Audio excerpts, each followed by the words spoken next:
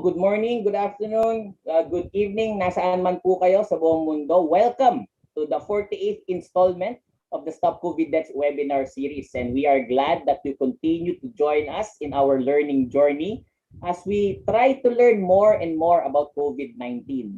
So almost a year to the date po, no? Almost a year ago, the World Health Assembly passed a resolution recognizing that managing the infodemic is a critical part of controlling the COVID-19 pandemic. So sa ngayon po, no, marami po tayo naririnig, ano po ba ang totoo, pwede po bang gamitin ang gamot na ito, ano po ba ang fake news sa ating mga social media, how do we bridge the gap and bring that truth to our lay people, to those who would really require that kind of true knowledge po. Especially when making those decisions with all of this cacophony of voices and all of the large spectrum of social media platforms that we are inundated with the different amount of content that we are getting. So in this webinar po, we will be providing science-based data from credible experts to dispel misinformation and disinformation po. Ako po ay si Dr. Raymond Francis Sarmiento, Director of the National Telehealth Center, National Institutes of Health, University of the Philippines, Manila. It's always nice and very happy and pleased to share my hosting duties with my partner in crime and my mentor po, no? Also our adjunct research faculty at the National Telehealth Center, the Special Envoy of the President for Global Health Initiatives, Dr. Susie Pineda Mercado. Dr. Susie? Hi, Raymond, and good day, everyone, wherever you are. Magandang umaga, magandang hapon. Those of you who are watching on the playback or who are watching us on YouTube or on Facebook live stream, welcome to the webinar. It's a difficult time, I know, for everyone. Of course, we're here to learn. We're here to become better at serving our people. But we also do realize that napapagod na rin kayo. And Raymond said nga parang there's a cacophony of, there's so much information going on around. So I thought, we have a moment to breathe. With these webinars, meron kayong konting kind of pahinga ng konti para makinig, matuto, madagdagan natin yung kaalaman natin. And that way, maybe the burden is a little bit less. But we do recognize that it's a difficult time for everyone now, especially in the National Capital Region. But we like to greet everyone from Surigao, from Batangas, from Pangasinan, from Baguio City, from Cebu, from Bacolod. We're always so happy. Palawan, we're always so happy to have everyone here with us. We wouldn't be here without you. And all of the hospitals of Metro Manila that are watching, Amang Rodriguez, the National Center for Mental Health, Philippine General Hospital, Quirino, Rizal Medical Center. So we welcome all of you. We are all one family here trying to make it, and we're going to make it. So I know that the mood is not optimal, but lalaban tayo. We're going to fight. Okay, Raymond, over to you. Thank you, Dr. Susie. So for those who are joining us po, no, for the very first time, at alam po natin, marami po tayong mga new attendees po every week. Just to let you know kung paano po ang structure of the webinar, we will have our main speaker, main presenter po give essentially all of the inputs with regards to the topic. And then we will have a set of reactions po from our credible panel of experts. We then move on to a panel discussion with a Q&A aspect po, wherein we will also be entertaining questions for those po na which may be yung mga questions po which may be upvoted as pinakapatok na questions po, no? We will be allowing those if they are in the audience, allowing them to ask those questions live in this webinar po. So please stay tuned, and hopefully a lot of your colleagues, your friends, your families, if they are free right now, please enjoin them na tayo po ay magsama-sama na matuto this afternoon po. Dr. Susie? Okay, thank you, Raymond. Before anything else, I'd just like to make an announcement. We are making a call for photographs of your loved ones who have left us because of COVID-19. we were looking around and seeing if there is an attempt to have a memorial. I mean, next week we will be celebrating a 1-year anniversary for this webinar series, and we thought it would be fitting to launch the COVID-19 Heroes Memorial to honor all our global Filipino medical frontliners who have succumbed to COVID-19. So this is a call to all of you to send us photographs. Maybe if you want to put a little story, this will be on the Stop COVID Deaths Facebook page, and a special audiovisual presentation for the virtual launch of this memorial will be shown next Friday. So next Friday, because it's the 1-year anniversary of the webinar, and I cannot believe that for the past year, every Friday we have been here. We would like you to share with us memories, photographs of people who gave their lives for the pandemic and for serving others. So please send them to us, and this will be on Facebook. So we need a high resolution portrait of at least 300 DPI. Teka nga, ano ba Raymond yung DPI? DPI. With date of birth. Ayan, something about pixels. Pixel ba yun? Pixel. O sige.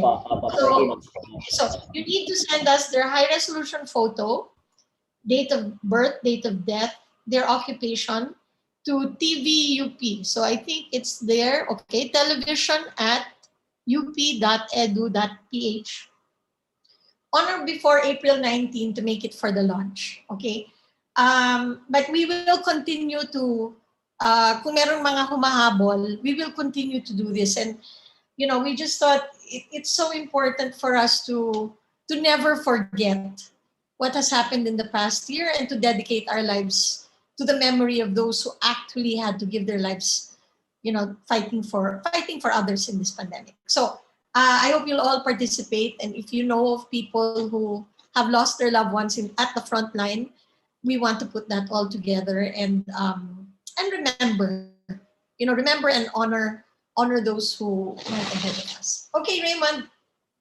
Parang nalulungkot bigla ako. Yes.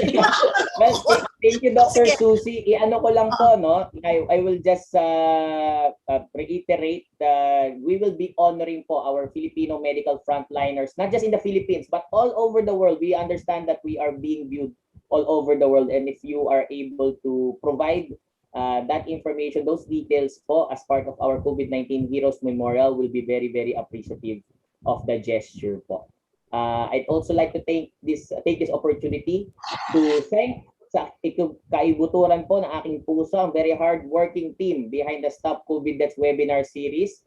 Maraming salamat po. Without you, we will not be viewed every week po. And those who are wondering, we are also live streaming right now in the Facebook pages of the UP system, Stop COVID Deaths po, TVUP. We are also being viewed po sa YouTube channel ng TVUP po. So for those who are asking also that if this will be recorded or if they could watch in the playback, all 47 webinars, and then after this, all 48 webinars po will be can be viewed and will be viewed po dun po sa YouTube channel ng TVUP and all of those pages that we have already mentioned.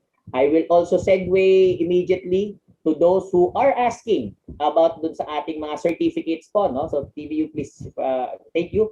We have already distributed all the certificates po up to webinar 47. So if you feel that you should have received one, please let us know at stopcoviddeaths@up.edu.ph. But those who will be receiving should have attended at least 50% of the webinar duration po, no? Kakibat po nun, bibigyan din po namin kayo ng kopya ng mga presentation po ng ating mga resource speakers. So hopefully, we'll be able to address all of your concerns, if any, with regards to the certificate. Over to you, Dr. Susie. Okay, thank you very much. So we're going to start, of course, with opening remarks, and our very special guest to give the opening remarks is not someone who you have not seen. She's been with us a number of times, and she was with us from the very, very beginning. So it's my honor to welcome the Director of the Institute for Clinical Epidemiology at the UP National Institutes of Health, and the President of the Philippine Society for Microbiology and Infectious Diseases, or PISMID. So welcome, Dr. Marissa Alejandria, or Isa. Isa, how are you? Hi, Susie. Hi, classmate. O nga, no? Isang taon na tayong ganito, Isa, no? You know, the other day, Isa and I were talking as we were preparing for this webinar, and she was just mentioning that there are patients who actually are for admission in PGH, I think, right? Na may dala-dala silang mga pack ng ivermectin. Totoo ba to, Isa? Yes, classmate. Unfortunately, yeah, these are some of the experiences, no, shared to me by colleagues, our fellows who are managing patients, no. So darating sila, papakita nila yung pakete ng ivermectin, no. Then tatanungin sa amin, Doc, pwede din ba namin tong inumin? Or meron naman, Doc, kasi pag naghihistory kami, no, tatanungin din namin kung ano na yung mga ininom na gamot.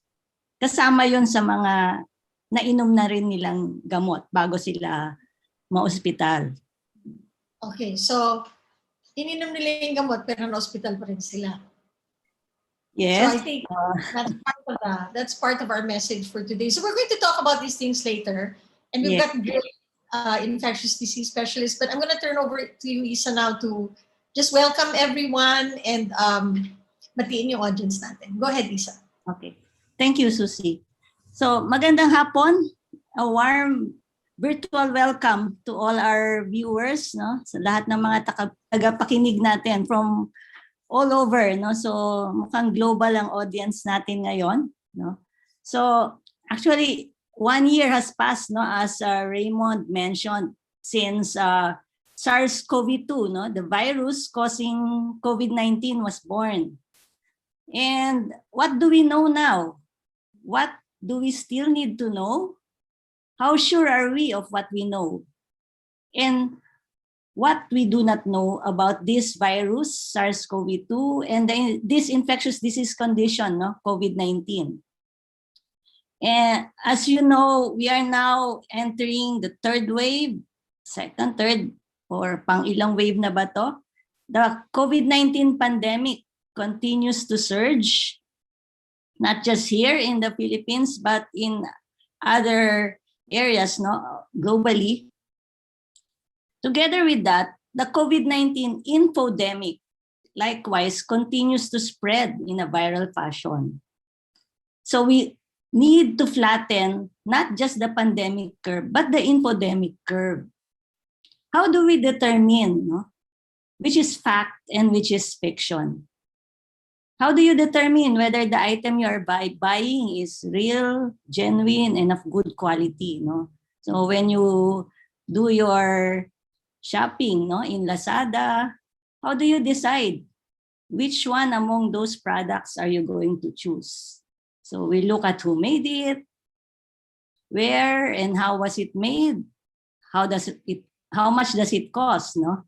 And I think the similar principles and criteria are applied, no, when we read information about COVID-19.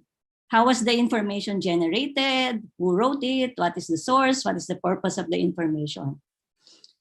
How do we determine, no, if a particular drug or medicine is effective and safe? How do we determine which interventions to recommend and not to recommend? So in a nutshell, in developing actually clinical practice guidelines or practice guidelines, especially for this COVID-19, we actually follow a rigorous and reproducible process in developing the recommendations. There is actually a science in developing practice guidelines, in appraising evidence. So essentially, evidence from scientific literature is searched and reviewed by independent reviewers who are trained, no, to do critical appraisal. So the quality of the evidence is appraised by these independent reviewers. Then that evidence is synthesized and then presented for discussion and consensus among a panel of experts representing various stakeholders. relevant to the intervention being reviewed. All conflicts of interest are declared, assessed, and managed before the consensus meeting. Then during the deliberation, the panel will consider not just the quality of the evidence, but the trade-offs between benefit and harm, issues on cost, applicability, feasibility, equity, in the event that the intervention will be recommended or not. So this is the process that the Philippine Living Recommendations for COVID-19 is following. So this initiative is led by the Institute of Clinical Epidemiology of the National Institutes of Health UP Manila, in cooperation with several professional societies, namely PSMID, PCP, PCCP, PAFP, Philippine Society of Public Health Physicians, PSEM, POGS, PIDSP, Philippine Hospital Infection Control Society, and the Philippine Medical Association. So marami po tayo mga societies na nagtutulong-tulong sa paggawa ng guidelines, and then we present this to the Department of Health. The recommendations are living. We term it living because it is updated as new evidence comes out. So this is the challenge that we are facing with the new disease, this COVID-19. The information changes over time as we learn more about the science. So we need to be agile and adaptive. We need to recognize uncertainties as well. Hence, we need to be able to discern whether what we are reading is true and worth sharing. We need to protect each other, not just from COVID-19, but from misinformation and disinformation. We need not just hand hygiene, but information hygiene. So let us all work together to prevent the spread of COVID-19 and misinformation and disinformation. So today's webinar will help clarify to us which are facts and which are fiction and which ones are still uncertain in the prevention and treatment of COVID-19. So happy listening to everyone as we move to the presentation of our speaker. Susie, over to you. Thank you very much, Isa. I think, thank you for that very inspiring talk. I think really you mentioned it na napakabilis nung pagbabago ng impormasyon. So kailangan tayo mabilis din tayo magbigay ng bagong impormasyon sa mga nakikinig. And I think when we call this webinar fact or fiction, but Isa is also saying that what might be fictitious right now could actually become fact in the presence of evidence. But right now what we're going to do today is we're going to talk to you about practices in management, prevention, prophylaxis, and whether or not there is enough evidence on some of these things that we're hearing that seems to be, taking on a life of its own. Okay, so let me turn over to Raymond. Isa, you're going to stay with us for the Q&A? Yes, all right. So if you have questions for Isa, please put it in the chat, in the Q&A box, and even for our other speakers, and when they're not speaking yet, they will try to answer your questions. We try as much as we can to answer your individual questions. Okay, Raymond, over to you. Thank you, Dr. Susie, and thank you, Dr. Marissa Alejandria, for that inspiring message po, actually setting the tone for our webinar for today. We hope you'll be able to stay on until the panel discussion, Ma'am Isa. Yep. Thank you, TVUP, for putting up our fun quiz, our fun polls. As mentioned po, and in previous webinars, the first two questions really will be more about demographics, kung nasan po sila. We hope that you'll be able to participate. We have a little over 2,600 attendees po, at least for our Zoom webinar, with more than 5,000 registrants for this particular webinar po. So ganun po ang hunger and thirst of ng ating mga kababayan for facts po with regards to COVID-19. We are seeing that more and more are keying in their responses. Majority are coming in from the National Capital Region. Batiin lang po natin ang mga nag-register po locally in the Philippines, all the way from La Union in Ilocos Region, from Marinduque State College in Boac, Marinduque, in Mimaropa, from Balete Municipal Health Office in Balete, Aklan, from DOH Siquijor, Larena, Siquijor in Central Visayas, Tolosa LGU in Tolosa, Leyte, the Provincial Health Office, Surigao del Norte in Caraga Region, and Buluan District Hospital in Buluan, Maguindanao, in the Bangsamoro Autonomous Region in Muslim Mindanao. So maraming salamat po.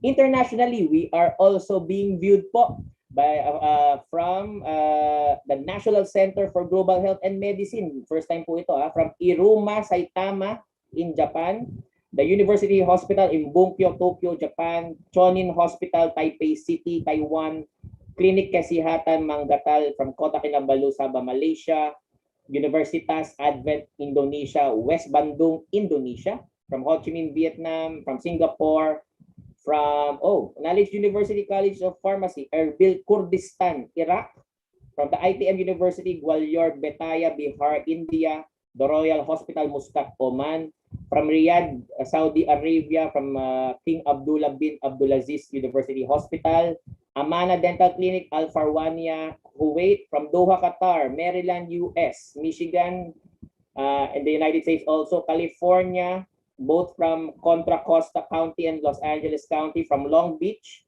from the American Association of Clinical Chemistry, American Society for Clinical Pathology, and PAMIT USA from Porter Ranch, California, Niagara Falls, Ontario, Oniwa Doctors, Auckland, New Zealand, and our regular from Sasil, Pordenone, something. In Italy po, maraming salamat po for joining us. We will move on to question number 2. What is your line of work? So, majority po, no, as always, coming in from the medical and the nursing fields. Third placer po are those from the natively, sunod po is from education and media. We have a lot of teachers. So, very important na kasanggarin po natin sila ngayon sa pag-intindi along with the pharmacists po dun po sa mga facts na kailangan po nating i-share. I will be moving on to the more technical aspects of the questions. Towards the end of this webinar, we will be asking our panelists to repeat, if they have mentioned this in their talk, to repeat the correct answer po so that they could hear the correct answer specifically and directly from the expert po. Question number 3, steam inhalation or SUOB is effective against COVID-19. 26% say totoo po ito, 74% say hindi po ito totoo. Okay, we will know more later on. Number 4, lahat ng may COVID-19 ay dapat ma-admit sa hospital. 91% say it's fiction, 9% say it's fact. Ivermectin can prevent and treat COVID-19 infection. 86% say hindi, 14% say oo. And third to the last question pala. The Lian Hua Qingwen drug, ito po ay mabisa laban sa COVID-19. 88% as of the moment na mga nagsagot po, no, say na hindi po ito mabisa. 12% say yes. Number 7, question, wearing a face mask gives you at least 60% protection. Wearing a face shield with a face mask gives you at least 80% protection. 89% say this is true. And our final question has to do with vaccination being one of the pillars to control COVID-19 infection. Nearly 100%, mga 97% po ang nagsabi na ito po ay fact, 3% say it is fiction. So we will not be ending the poll anytime soon. Please continue to key in your answers as we move on to the webinar proper. Dr. Susie?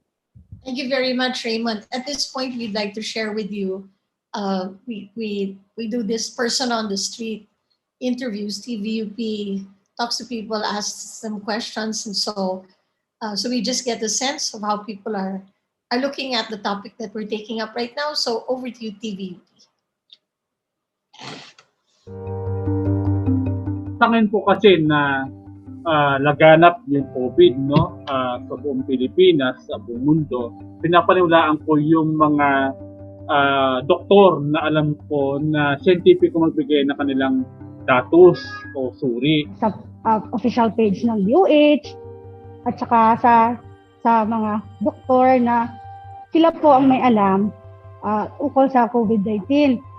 Of course, bilang nurse kasi sa PGH, more or less maraming resources kumbaga na pwede nating pag-verifyan doon mismo sa ospital. Kasi marami kong pinopost ngayon na yung iba wala namang basis. So basically, pagka agad-agad ka hong nag-assume or nag-conclude based dun sa info na nakita mo lang tapos hindi mo binasa, medyo negative po yun. Sa Facebook, ang daming kumakalat na theories or mga fake news. So, for me, I go to yung mga health institution po talaga, like DOH or news outlets kasi verified po yung information doon. Yung mga taong iba, yung hindi critical magsuri, ay madalas na natatakot o napapaniwala dun sa mga walang scientificong batayan na mga datos na mga balitang lumalabas. Parang second nature ko na pag may mga issue na dapat itanong, i-google ka agad and then pupunta sa mga reliable na mga portals para i-verify yung mga issue. Any medium naman or any platform as long as merong basis o yung study. Sometimes po I double check dun sa health institutions ng ibang bansa to cross-check lang po kung tama po yung information na lumalabas. Kasi yung kapatid ko po, tatlo po yung kapatid kong na nurse. Tapos yung doctor po namin, anytime, pwede po namin siyang matanong or makontak. So doon po kami nagre-rely sa, yung parang confident po kami na kaya namin dito. To help out, siguro po, we could first focus on getting the right information out there in a timely manner din po. So, if there's any updates po about COVID-19 programs or the vaccination programs, it will help po if it's being disseminated to a lot of people po. So yun, iwas lang po sa pagbabasa ng mga hindi lehitimong mga social media page or yung mag-entertain ka po ng idea or yung mga sinasabi lang ng iba. Yung halimbawa po isa-send lang sa'yo. So dapat mo maging maingat tayo. Tsaka i-verify po natin yung mga nababasa natin. Maging mas critical tayo sa mga impormasyon at titingnan natin kung may katotohanan talaga batay sa siyensya ang mga balita na iyon.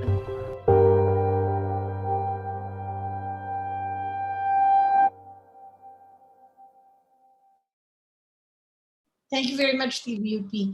So, for our person on the street, the question was, kapag naguguluhan kayo dahil iba-ibang naririnig nyo tungkol sa COVID-19, kanino ba kayo naniniwala? And I think this is a good question for us to keep on asking ourselves, kung kanino tayo maniniwala. And so, today, we have somebody na gusto nating, we try our best to bring you the most credible practitioners in the country. And I'm very honored to introduce to you our main presenter, who is a clinical associate professor of the Division of Infectious Diseases at the Department of Medicine of UP PGH. And he's also the chair of infection control of Asian Hospital. And he's also a Balik scientist from 2014. And before we ask him to make his presentation, let us welcome Dr. Joseph Adrian Buensalido.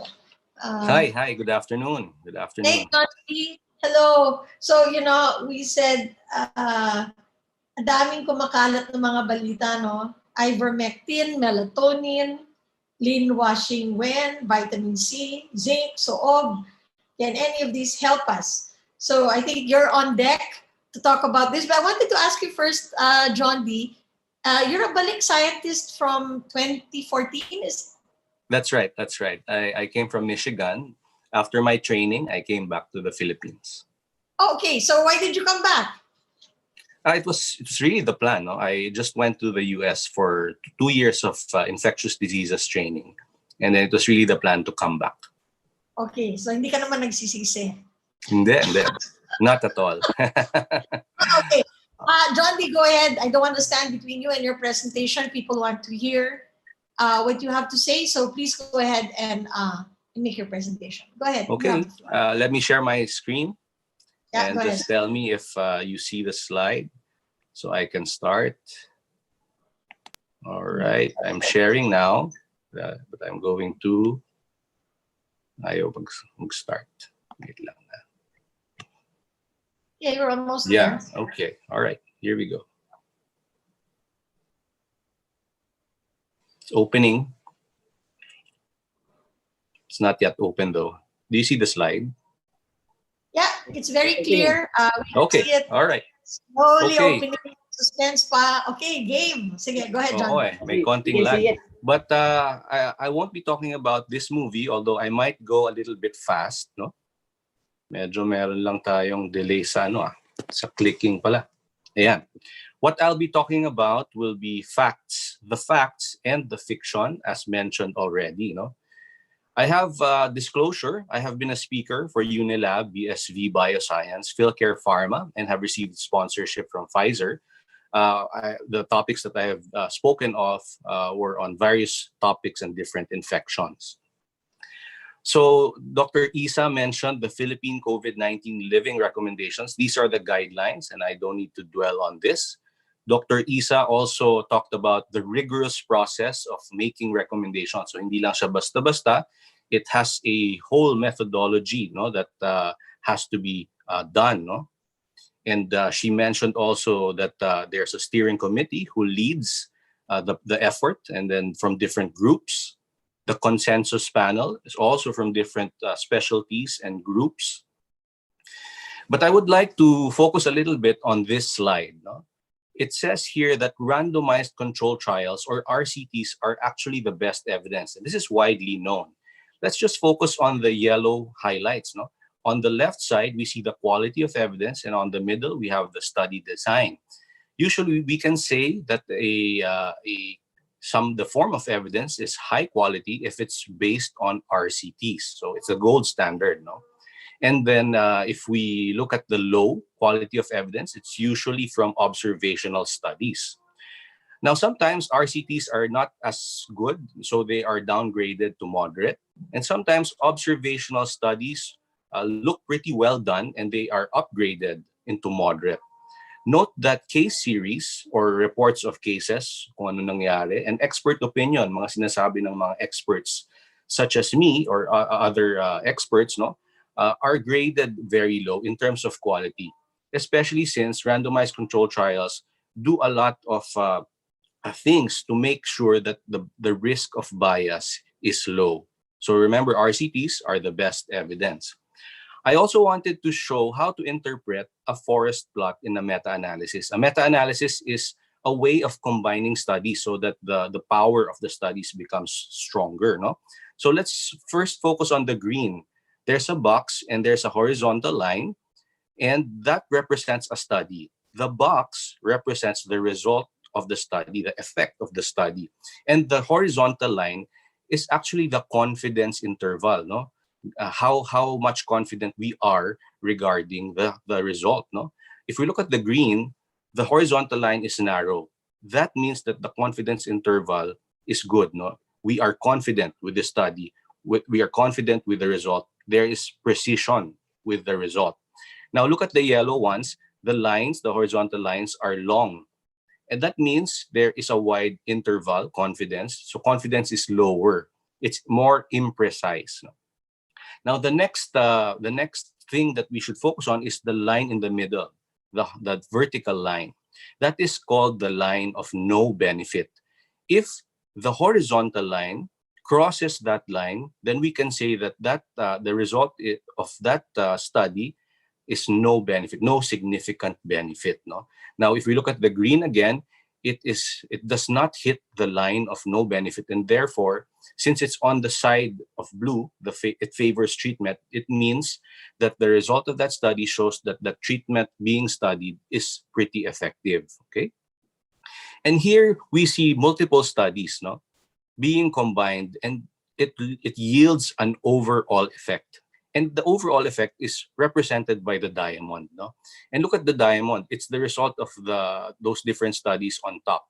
And look at the diamond. it's not so wide, no? So it's precise, and it doesn't hit the line of no benefit, and therefore it is beneficial. It favors dexamethasone. That's one of the treatments. That's really one of the main significant beneficial treatments of COVID-19. But that's just an example. Now let's go to the agents themselves that we will be talking about. I was tasked to talk about just the controversial ones, no? And ivermectin is, as we know, one of them. It's from the class of avermectins. It was approved by the FDA as an anti-parasitic agent, and we see there below all the parasitic conditions. And here are the multiple mechanisms of action of ivermectin. Let's look at 11 o'clock. There is activation of gated chloride channels, and there's opening of these channels that cause things to rush out and rush in, the parasites, and that causes parasitic death. Now let's look at 2 o'clock. There is inhibition of nuclear importation of proteins that the RNA virus needs. So that's the antiviral effect that is being looked at with ivermectin. And let's look at the 6 o'clock position, no, the 7 o'clock position, wherein we see that ivermectin also has an anti-inflammatory effect, anti-pamamaga. Now, this slide just shows the many ongoing studies, no, randomized studies that are still ongoing all around the world. No? So I think there are around 50 plus, no, 53 ongoing clinical studies. I've even heard some say na 70 plus, no.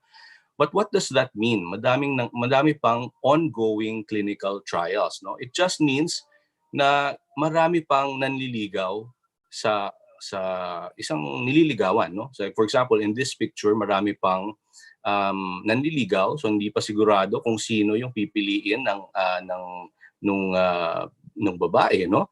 At yung, for example, if ivermectin is one of the suitors, no, hindi pa talaga kilala nung babae yung manliligaw na ivermectin. Marami pa siyang kailangan daanang pagsusubok, trials, no, para malaman kung yung nanliligaw ba mapagmahal, masipag, mainitin ba ang ulo nito, palaaway ba ito, makakabuti ba ito sa buhay ko o makakasama sa buhay ko. Similarly, those are the things that ivermectin still need to prove to the scientific and medical community. No? Is it harmful? Is it beneficial? So the panel, the consensus panel in the living guideline says that there's insufficient evidence for ivermectin as treatment for COVID-19, and this is very low quality evidence. We see here the many technical reviewers and the consensus panel on the right. The first question they asked is there mortality benefit from the RCTs, no? And looking just at this forest plot, now let's practice, no? The yellow diamond, it's on the side of ivermectin. It does not hit the line of no benefit, so it looks like merong benefit. Looks like there is significant benefit. However, let's look at the blue highlight. Those are the number of participants, no, who had some events, no. So around 1,000 plus, no. So not so many included, no. But so that's why there's a question mark. Is it good for reducing mortality?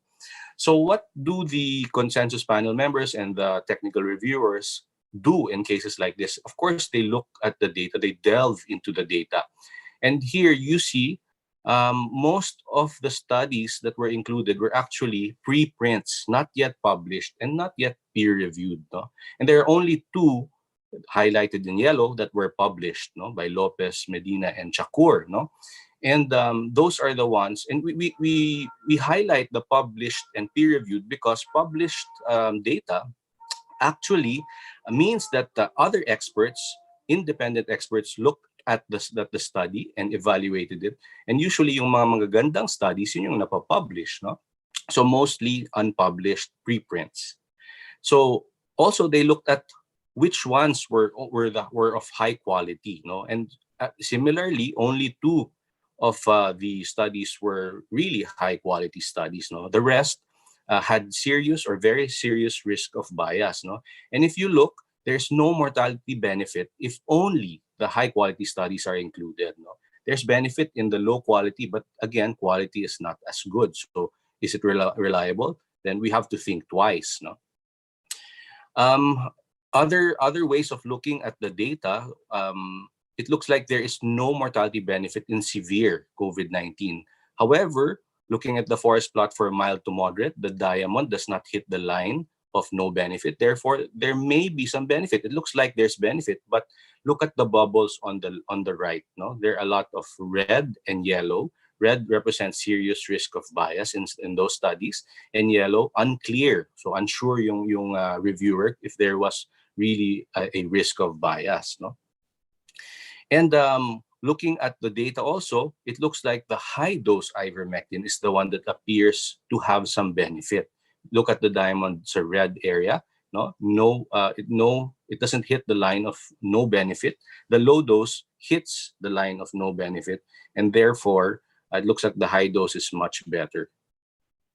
And for clinical improvement, look at the diamond. It's smack in the middle of the line of no benefit, therefore no benefit. And no benefit as well for time to symptom resolution and hospital discharge. The one in the middle, the diamond, is not hitting the line of no benefit. So possible benefit, looks like there appears to be benefit in terms of number of symptomatic days na babawasan. Now, harm is very important, no? It does not seem to be so that ivermectin causes more harm compared to without ivermectin, no? Okay, so the statement of the different societies and the living CPG itself is that based on the current evidence from randomized trials, we do not recommend ivermectin for the treatment of COVID-19. This recommendation, though, will be updated as more evidence is generated from ongoing trials. And as we mentioned, 50 plus pa, or even 70s, no? So I'll stop for a while. I'll ask, are you still hearing me? Do you still hear me? Yes. Okay, all right. So now I'll go to prophylaxis. So the consensus panel also looked at the evidence, and they recommend against ivermectin as COVID-19 prophylaxis for the general population. Let's look at the data. 2 RCTs, 6 observational, and there are 9 ongoing RCTs at the moment. And let's look at the two RCTs. One was a preprint, so again, not yet published, not yet peer-reviewed. And the second one, although published, non-blinded with dropouts, both seem heterogeneous because of they consist of healthcare workers and then household contacts, and the other one is solely household contacts. I highlighted in red the N, 200 and 340. Those are the number of participants in the studies, no? And that's a couple of hundred, no? So there's with the evidence, there seems to be some benefit, no? But based on very low quality of evidence and based on a small number of participants, no?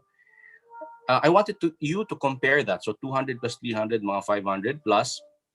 However, let's compare that to how vaccines are studied, no? Vaccine candidates usually go through phase 1, phase 2, and phase 3 studies. And look at phase 3. I highlighted that phase 3 studies usually enroll thousands of volunteers so that we can test whether the vaccine is safe, effective, and to know what common side effects there are, no? And look on the right side. Pfizer, more than 40,000 participants. Moderna, more than 30,000. AstraZeneca, more than 30,000. Sinovac, more than 12,000. Gamaleya, more than 19,000. And J&J, more than 43,000 participants, no? So clearly, so much more participants compared to ivermectin preventive capability assessment, no? So, which is why, let us remember that this is the case. If we go back to yung panliligaw, no? Yung panliligaw, kumbaga, yung vaccine medyo kilala na nung nililigawan. Kasi ang dami ng ang dami nang nakita nung nililigawan, dami nang napagdaanan, no? But yung isa hindi pa, yung ivermectin for prevention, no? Hundreds lang eh. So, how about secondary outcomes, and particularly adverse events, no, for prophylaxis, no? Mild side effects, no? not so high, 5.4%, no? Although diarrhea is the most common. And then you can see the others below. So the draft recommendation of the panel, again, is to recommend against the use of ivermectin as COVID-19 prophylaxis, as post-exposure prophylaxis, and that's the first one was for the general population, the second one for household contacts of confirmed COVID-19 patients, and the third is a recommendation against it as prophylaxis for healthcare workers. Again, why? Because the quality of evidence is very low, only a number of participants, and not very robust. No. So we're done with ivermectin. We'll go to melatonin, which is considered a multifunctional molecule present in plants and animals. And it regulates our sleep-wake cycles and has been used to treat sleep disorders, among others. It's been said that it has potent anti-inflammatory capacities. This figure just shows the many different things that happens when there is a SARS-CoV-2 infection. And melatonin actually reduces inflammation, affects that part, may reduce some immune response, may reduce oxidative stress, and helps in sleep by increasing sedation. No? So the panel, again, so technical reviewers looked at the data, the consensus panel discussed it, and they found that there is insufficient evidence to recommend melatonin as adjunct treatment for COVID-19. Again, very low quality evidence.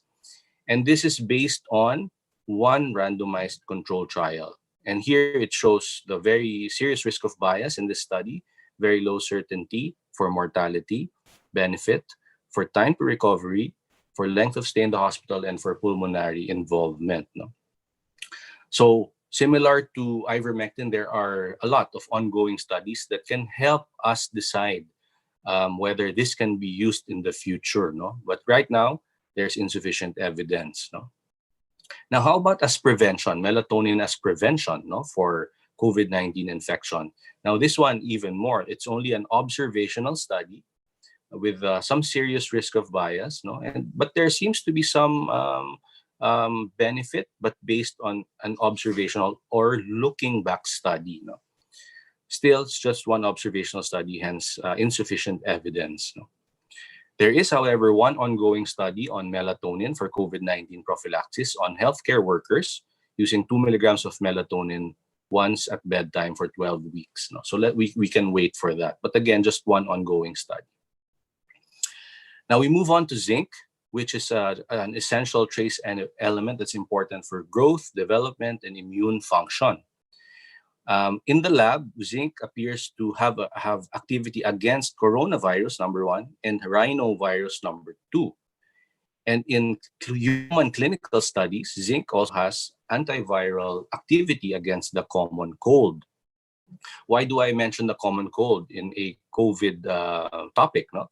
Because for URTI, or viral upper respiratory tract infection, or common cold, rhinovirus is the main cause, but coronavirus is actually number 2, 8.5%. Now let's look at the studies on viral URTI. Here we see another forest plot, and look at the green diamond.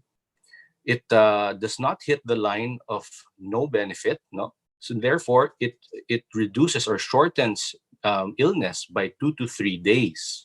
Okay, and it doesn't. If here you see in the yellow one, it doesn't work as well in children. Okay.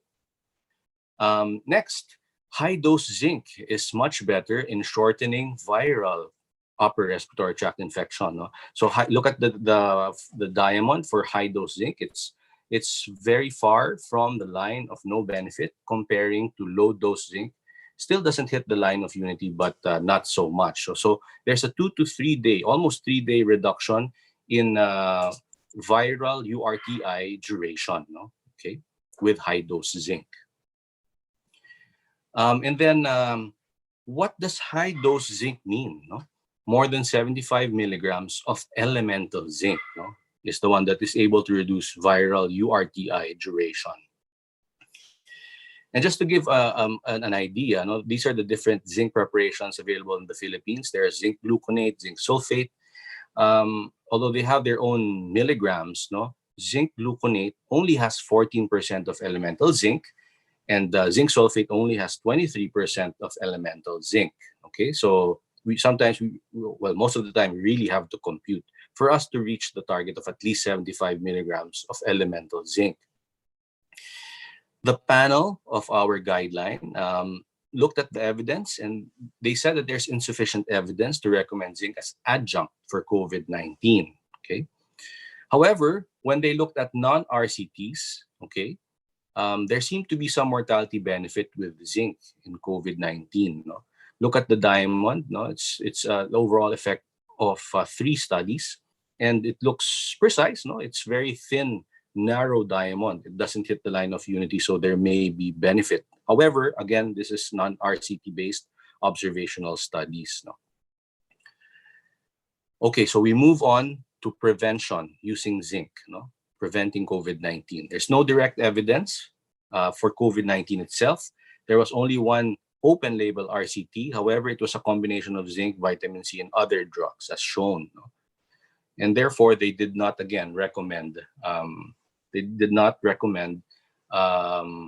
zinc for prevention of COVID-19. So next up is vitamin C, an essential micronutrient, antioxidant, cofactor in many processes in the body, supports cellular function, barrier function, and accumulates in our killer cells to aid in killing other microbes. No?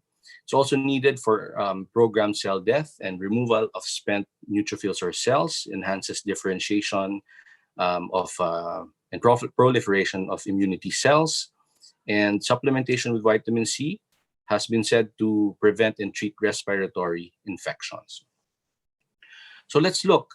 The panel showed that there was insufficient evidence to recommend vitamin C as adjunct treatment. No? Why? Because of this study, you know, and they saw the therapeutic vitamin C, no significant benefit in terms of, number one, mortality, and number two, need for respirator. No? If you look at the OR, that means odds ratio. No, it's similar to yung effect as a line, no, and as a box. But if you look at the confidence interval, no, or yung numbers beneath it, no, it actually crosses if it's in a line form, it will cross the line of no benefit. Now, these are just parang characteristics of the studies included, but for viral URTI, mostly green, so it looks like most are low risk of bias. No? And what they found when they looked at vitamin C for viral URTIs, and remember that viral URTIs, number 2 cause is coronavirus. In general, there's benefit if you are that population that has exposure to short-term physical stress and or cold. But for general community, no benefit. No. And here we also see that regular vitamin C is better than therapeutic vitamin C. So regular intake of 1 gram and above has some benefit, but very modest, 8% in adults, 70% in children in reducing duration of symptoms, and 13% reduction of severity kung magkaroon sila ng common cold. No? And look at the red, therapeutic intake of vitamin C, 1.5 grams to 4 grams, no benefit. No? So kung magkakasakit kayo, at doon pa lang kayo iinom ng vitamin C, no benefit. However, pag 8 grams of vitamin C, it reduces, it shortens viral common cold by 19%. But again, if you take high dose, I don't say take high dose, no, kasi that puts us at risk for more side effects kung high dose. And Harry Himila is one of the nutrient experts in the world, no, and he says this, no. And it's expert opinion. So remember, we mentioned earlier, expert opinion is actually very low quality. No? He says that because of the small benefit, prophylactic vitamin C under normal circumstances is not worthwhile. But in the time of COVID, he feels, no, and that's our expert opinion, that there's no reason to assume that vitamin C would be completely ineffective against COVID-19. And this is just one observational study that in some critically ill COVID-19 patients, 94% had undetectable vitamin C levels and one patient had low levels. So parang nagkakaubusan ng vitamin C sa levels in the blood. No? Okay, now we go to Lianhua Qingwen, classical Chinese medical preparation, no, used in the SARS outbreak in 2002 to 3. No? In the lab, there seemed to be some effectiveness against SARS-CoV-2 through inhibition of replication, modification of viral morphology, and anti-inflammatory. It's regulated though by the FDA because of ephedra, no? So it usually causes some risk sa cardiovascular system, no? Now let's look at the evidence. The panel recommended against Linhua for COVID-19 because, as you see, there's no evidence on mortality, ARDS, length of hospitalization, respirator need. However, there is some evidence in symptom recovery at day 14 and improvement in chest CT scan. So, but most others, no significant benefit. No, okay. And for steam inhalation, it's traditional practice used as a home remedy for treating common colds again. It's thought to provide relief by loosening mucus, opening nasal passages, reducing mucosal inflammation, and inhibiting viral replication by heat inactivation. The expert reviewers only found 2 observational studies, and when presented to the panel, no, they recommended against its use because of the very low quality of evidence. No? So how about prevention? That was treatment. Steam inhalation for prevention, only one high risk of bias, also observational study on healthcare workers. So they also recommended against it, no? Not enough data. So in summary, the living recommendations resulted from a rigorous and scientific process by people from different fields. RCTs are the best evidence. Ivermectin is not recommended yet as treatment for COVID-19. There are many trials ongoing. And then also for prevention as well. No? And there's insufficient evidence to recommend melatonin as adjunct treatment or prevention for COVID-19. Same with zinc as adjunct prevention, although there was some mortality benefit in observational non-RCT studies. Remember, viral URTIs, coronavirus is the #2 cause. And the panel recommends against zinc for prevention of COVID-19. For vitamin C, insufficient evidence for both treatment and prevention, although there's data that vitamin C is low to very low in severe COVID-19. And then the panel recommends against both Linhua and steam inhalation based on the very low quality of evidence available. So thank you for your attention. Remember, COVID-19 is our enemy. Let's gather the facts and let's not be too furious. Thank you so much.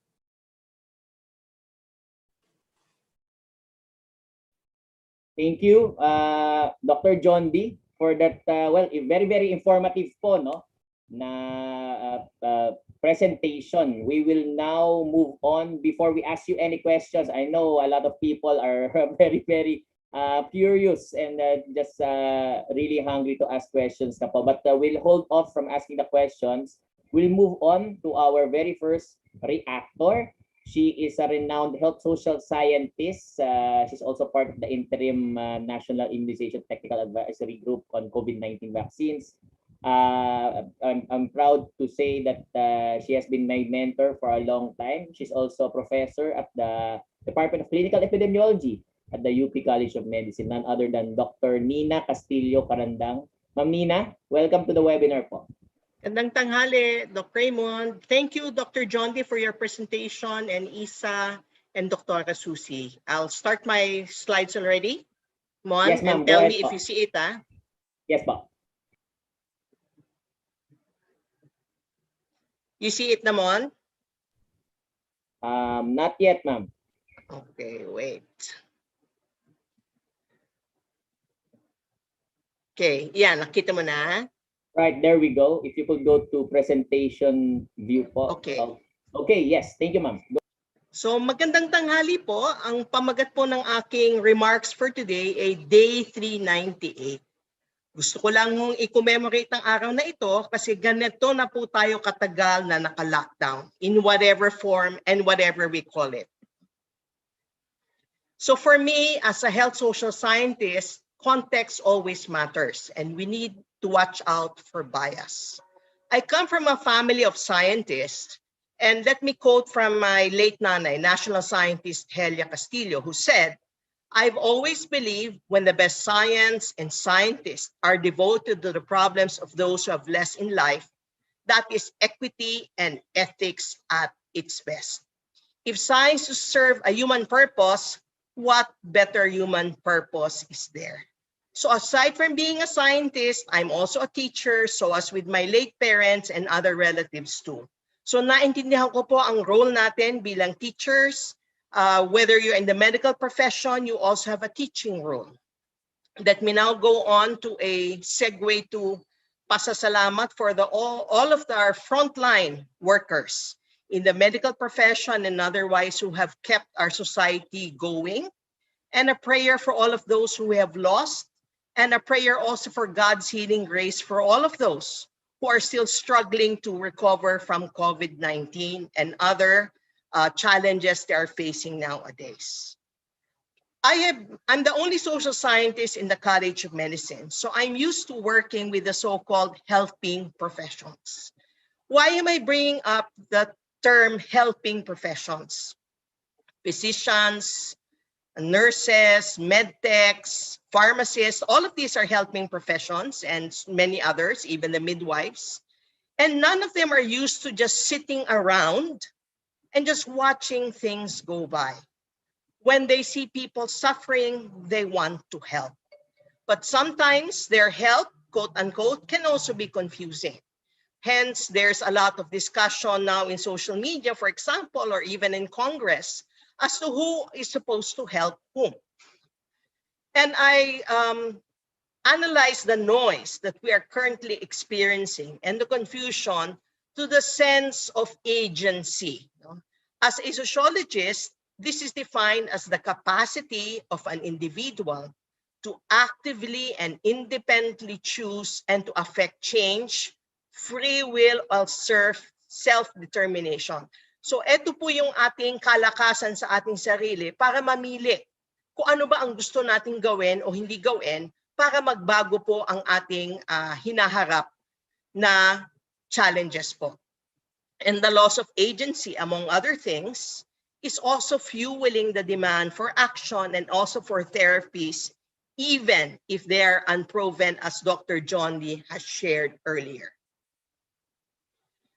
So here is our situation. Gutom, kawalan ng pagkakataon, pagkalito, at tugon. So gutom for our foreign participants is hunger. That's why we are going out of our house and risking traveling in public transport, meeting other people, going to places, even if we aren't sure that we are free from the virus.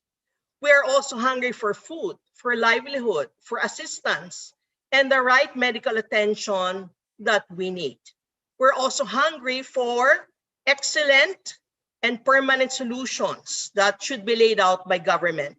And we're also hungry for tamang impormasyon or the correct information. Kawalan ng pagkakataon. In English, this is the loss of opportunities or chances. And what am I referring to? It's the loss of our opportunity to be with our families and to also socialize with our loved ones, our relatives, our friends, our office mates, and our community members face to face. It has been day 398. Nawalan din tayo ng pagkakataon na dumamay at mag-alaga sa mga may sakit because as you know, those who are sick need to be isolated if they're sick with COVID-19. Nawalan din tayong ng pagkakataon magpaalam at magluksa para sa mga pumanaw. Napakasakit po niyan. No time to actually properly grieve nor the opportunity to do so. Nawalan din tayo ng pagkakataon magpunta sa mga lugar para sa pananampalataya. So even the places of worship, whatever faith you believe in, we are not allowed to go. So kawalan ng pagkakataon. Then I go to pagkalito or confusion. Hindi natin lubusang maintindihan. We cannot fully understand ang mga sinasabing panganib ng virus kasi kumakalam ang sikmura. We can't really understand the concept of risk because we are hungry and we need to go out and earn a living. We also are confused because of the constant changes in policies of the government. And because we're already in day 398, seems like the situation has not even gotten better. Nasaan na po ang pinangako na maayos na pagtugon sa COVID-19? Pabago-bagong Q, ECQ, MECQ, GCQ, lahat ng Q na napakahirap matandaan, maintindihan at sundin. Ang mga bagay-bagay na pinag-aralan pa at di pa lubusang maipaliwanag ng siyensya ay binibigyan ng compassionate use permit ng FDA at ibang ahensya. Litong-lito na po ang mga tao. Sino ba ang dapat paniwalaan at bakit? Ang mga tagubili ng mga doktor at ng mga eksperto, lalong-lalo na kung iba't iba ang kanilang opinyon. Ano ba ang gagawin dapat natin kung merong nakasalimuhan na positibo sa COVID? Kailangan magpa-test, kailangan mag-quarantine o mag-isolate, nahawa ng COVID, nagkasakit at nakaranas sa mga sintomas ng COVID, kailangan ng pangangailangang medikal, kailangan ng pagpapa-ospital, litong-lito pa rin ang tao kung anong gagawin. At kawalan ng tunay na malasakit at pakikipagkapwa, siguro yun na po ang isa sa pinakamasakit na ating dinadaanan. Bawal daw, wala daw dapat na mahusay na ebidensya, pero bakit yun pinayagan? Bakit ang mga tao o bansang may kapangyarihan, kayamanan o pribilehiyo ay pinululusot sa mga paglabag sa mga Q restrictions, kung ano man yung Q restrictions na yun, pati na rin sa soberanya ng Pilipinas. So habang lumalaban po tayo sa COVID, ninanakaw na po ang ibang parte ng ating bansa. Tama ba po yun? Hindi po. Karahasan sa gitna ng pandemya. Talaga bang kailangan maging marahas sa gitna ng pagdurusa? Nasaan ang tunay na malasakit at pakikipagkapwa? Ang tugon po, ang kailangan po natin ng agham, science and technology, agham na maintindihan at teknolohiyang magagamit ng taong bayan. Kailangan din po natin ng pagkakaisa, solidarity at pagkakapantay-pantay or equity. So my call is for solidarity and equity, science and technology, but also risk communication, anchored on mutual respect, sensitivity, honesty, and transparency. So ayoko po makadinig na un-Christian na mga tanong or magtiis na lang kayo. Hindi po siya sympathetic sa taong bayan. So ako po ay advocate for vaccination. And we are now in the midst of a surge. There is a limited amount of vaccines available. So when the vaccines are available, please do seriously consider having yourselves vaccinated. Ang share ko po dito ang aking pulso frame, love kita, halina at magpabakuna. Pulsuhan, kausapin ng taong bayan, alamin kung anong mga agam-agam. We should find out what people are worried about, what their questions are. Alamin ang mga agam-agang katanungan at tugunan ang mga katanungan. So we have lots of different town halls, different media to get through, but we aren't reaching those who are not digitally connected. Pakikipag-usap at dialogo. So it's a conversation, it's exchange, it's a dialogue. And we also need to embrace every Filipino who has a right to the vaccine, because we want a vaccine literate and vaccine protected public. Vaccination is an act of love. Love for yourself, love for your fellow men, love for our community. It is also an act of citizenship and an act of solidarity. Maraming salamat po. Maraming salamat, Nina, Professor Nina Castillo-Carandang. No? And you can see in the chat box the response to your talk. I think marami sa mga sinabi niyo ay tumatama talaga sa puso ng tao. At maganda, mamaya marami pa tayong mga pag-uusapan, pero napakahusay po ng mga sinabi niyo. At makikita niyo lahat ng mga sumasang-ayon dito ay nandyan po sa chat box. Okay. So we have another reactor, and it is my thank you. Yeah, thanks, Ma'am Nina. We're still going to talk, huh? Okay, so my privilege to introduce somebody who, alam nyo, rare kasi yung sorry, pasensya na sa mga doktor, no? Pero totoo naman ito, no? Karamihan ng mga doktor, pagdating sa communication, nahihirapan sila. So, I would think our next speaker, Dr. Jason Ligot, is probably one of the best health communicators of his generation. And we invited him because sabi nga natin, sa paghanap ng solusyon dito sa sitwasyon natin, kailangan gamitin natin lahat ng talino ng bansa natin, no? At sari-saring pamamaraan ng pag-iisip ay nakakatulong sa atin. Hindi pwedeng one track lang tayo, no? So I'm very happy to introduce International Health Promotion Specialist and the Director for Development Communication with Organic Intelligence, Dr. Ace Ligot. Jason Ligot. Ace, welcome to the webinar. Hi, Doc Susie. Thank you for the invitation, and what a compliment. Sige, Ace, go ahead. Go ahead and do your reaction. Okay, thank you very much. First of all, thank you very much to UP for this invitation to this webinar. As Doc Susie mentioned earlier, good morning, good afternoon, or good evening from wherever you are listening to us today or in the replay. So I was asked today to talk a little bit about communication and how health communication plays a role in an uncertain environment. And in preparing for this talk, I remembered an editorial that was published in the New England Journal of Medicine 2 years ago.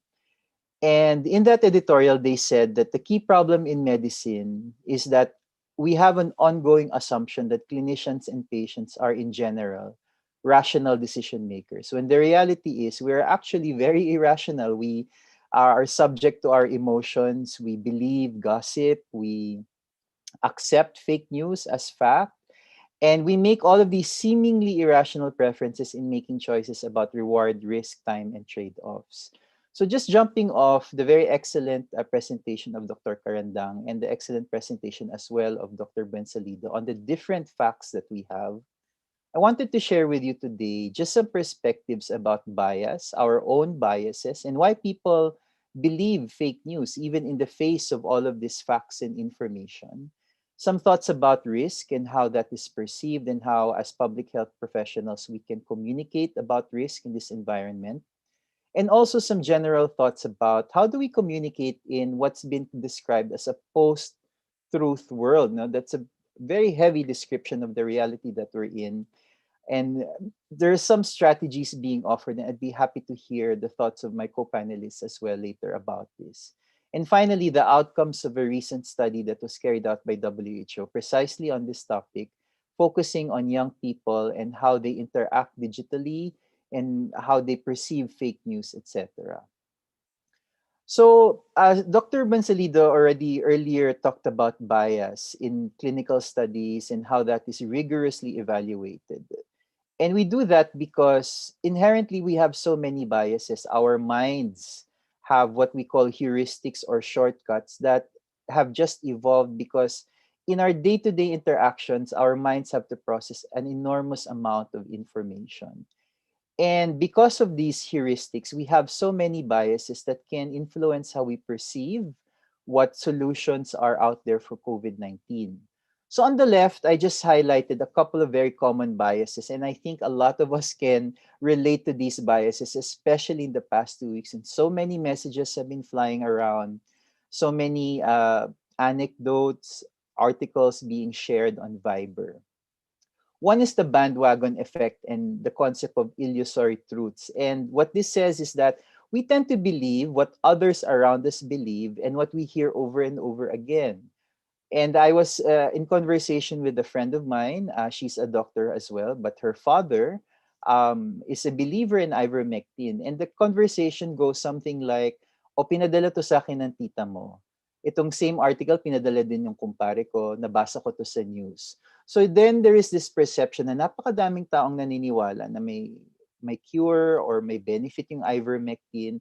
At dahil araw-araw ko siya nababasa, araw-araw may nagpapadala sa akin, naniniwala na rin ako na baka naman talaga mayroong benefit talaga yung ivermectin.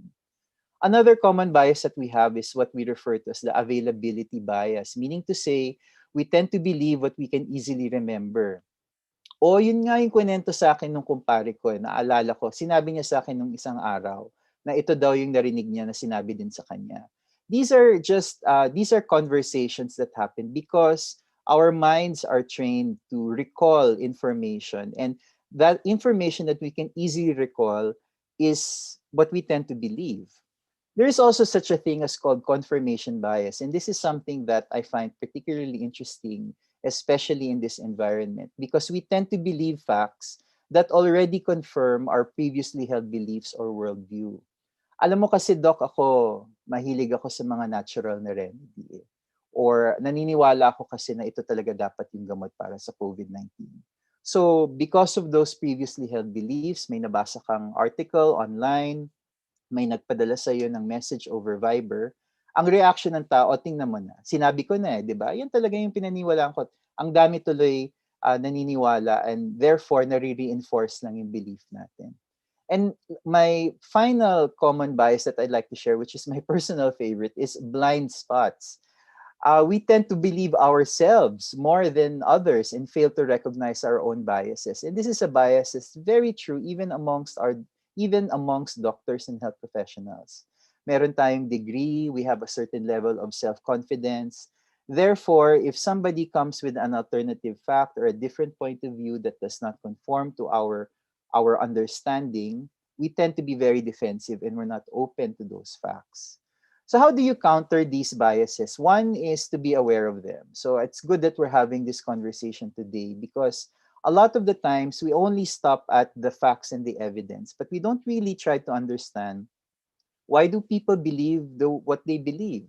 And it is starting in that point of understanding that we can start to have a genuine conversation by really understanding where these motivations are coming from. Now, on the right is just a diagram of what health literacy is. So this is a concept that's very familiar with many of us working in public health. But for the rest of us, health literacy basically unpacks the different characteristics and supports a person needs to make decisions about their health and the health of their family and community. And as you will see, actually behind these decisions are so many different factors.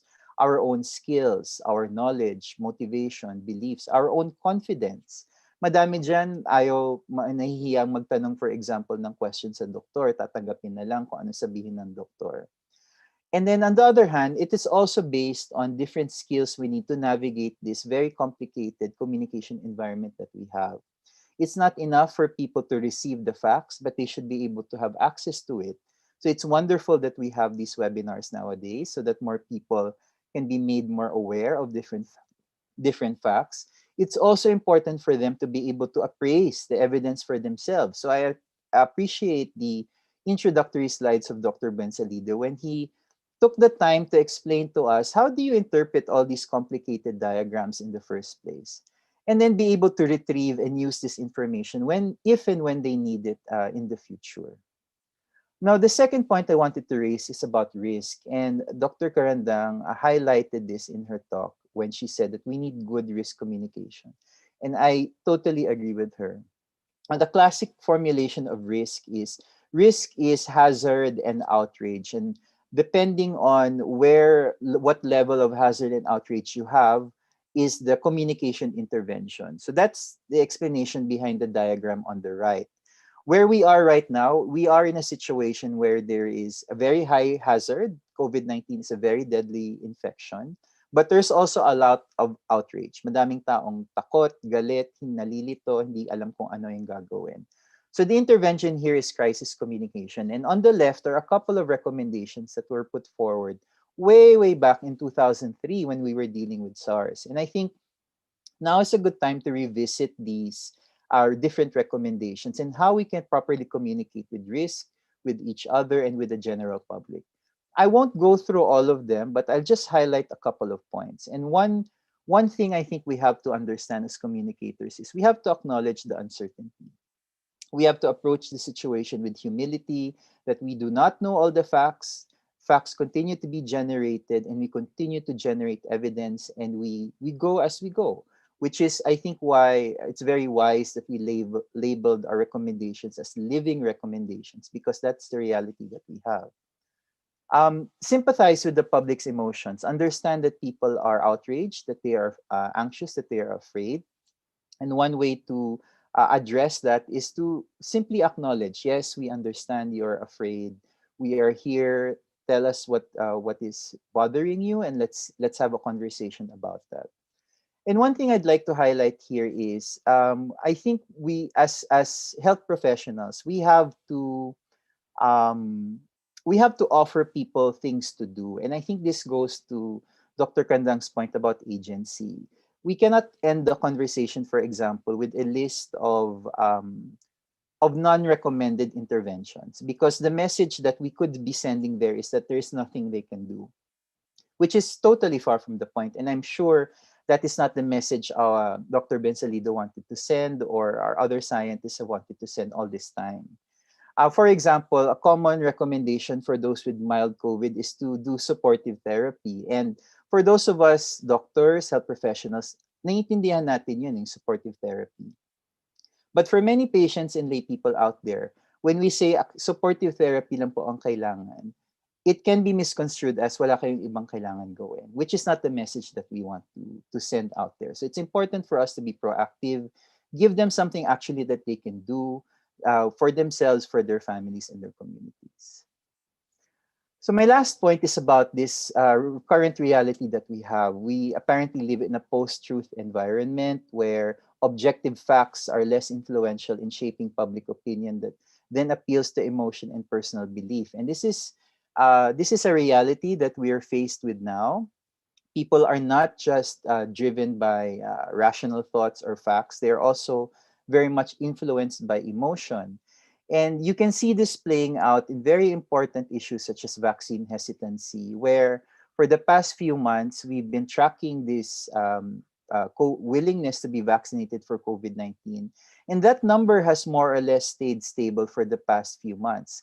And what it's telling us is that 1 out of 2 Filipinos are actually not willing to be vaccinated for COVID-19. And that's a very big challenge. Because even if, for example, once we resolve our problems with supply and distribution, that's not going to matter if people are afraid or they don't want to be vaccinated in the first place. And so being able to convince or persuade these people, we will need to channel more, not just facts or information, but really try to get to the heart of the matter.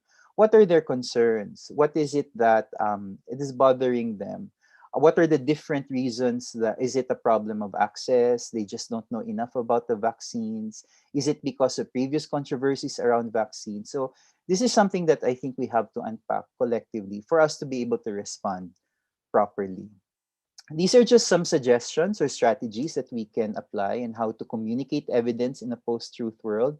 Number one, we should continue to generate high-quality evidence. So the important work that is being done by our clinical epidemiologists has to continue, especially now when people are not easily convinced with facts. It is important for us to have good quality data. Second, we have to strengthen our own institutions, and that speaks to our institutions at all levels of government, but also the institutions of communities and the institutions of families. They need to be able to access information that is easy for them to digest, that they can have conversations with, and that they themselves are empowered to communicate to more and more people within their social circle. And then last, we have to foster what is referred to as evidence-appreciative populations. What does that mean? A lot of the work that we really need to do is to build our basic health literacy, because it's only when we have a high level of basic health literacy can we really ensure that people are empowered to make wise decisions for themselves and their families and their communities. So here are just some top-line findings from a recent global study that was spearheaded by the WHO on social media and COVID-19. So this was a study done among Gen Zs and millennials. And what we can see from this data is, one, national mainstream media is still a very important source of information for this population. And science content is seen as share-worthy, meaning to say they like to share content related to science and evidence on social media. So I think this should give us some reassurance that the content we're putting out there is very relevant, especially at this time of COVID-19. The awareness of false news among young people is relatively high, but the problem is a lot of them also don't care. They're very apathetic. They just ignore the content. They know that it's there, but they don't take proactive steps to either counter it or to come up with alternative content that is fact-based that they can share with their own families, communities, etc. But another concern is that they have a lot of different worries beyond getting sick. They are afraid for their families. They're afraid for themselves about getting a job in this current environment, about the economy. And I think this really talks a little bit more about those other social determinants of health that we also should be considering when we talk about risk and benefit of these different interventions. The interest in COVID-19 vaccine is picking up, so that's a good thing. But the problem is there is also a lot of, as they said, the infodemic is not just a matter of quality, but also quantity. So much information out there, it's a sea of information. So how do we help people navigate so that they can better understand and appraise the information for themselves? And then finally, when the survey asked respondents, what are the different sources of information that they highly trust? It's a bit reassuring to see that organizations such as the WHO, science and health experts are still the most highly trusted sources of information in the digital space. But one way of reading this also is that the family, government, they are equally important. They may not be the highest rank, but it doesn't mean to say that they are not popular or they're not trustworthy resources for the population. And this is the global picture. In the Philippines, the picture is more or less the same. So generally speaking, young Filipinos, they trust global health authorities, science and health experts, but they also put a lot of trust in families, in government, in what they see in mainstream media like television and radio. Now, going into the sources that they don't trust, well, according to the survey, there's not a lot of trust when it comes to science and COVID-19 messaging, to religious leaders, to information that they find on messaging apps, very interesting, and alternative movement leaders. And the picture is more or less the same in the Philippines. In fact, a lot of young Filipinos, they don't trust information that they just see on messaging apps. I think this is something we can build on later on as we design strategies and campaigns targeting this population.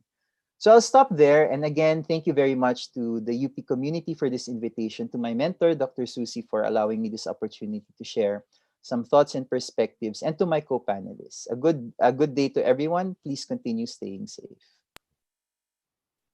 Thank you, Dr. Ace. Dr. Susie, anything you'd like to tell Dr. Ace?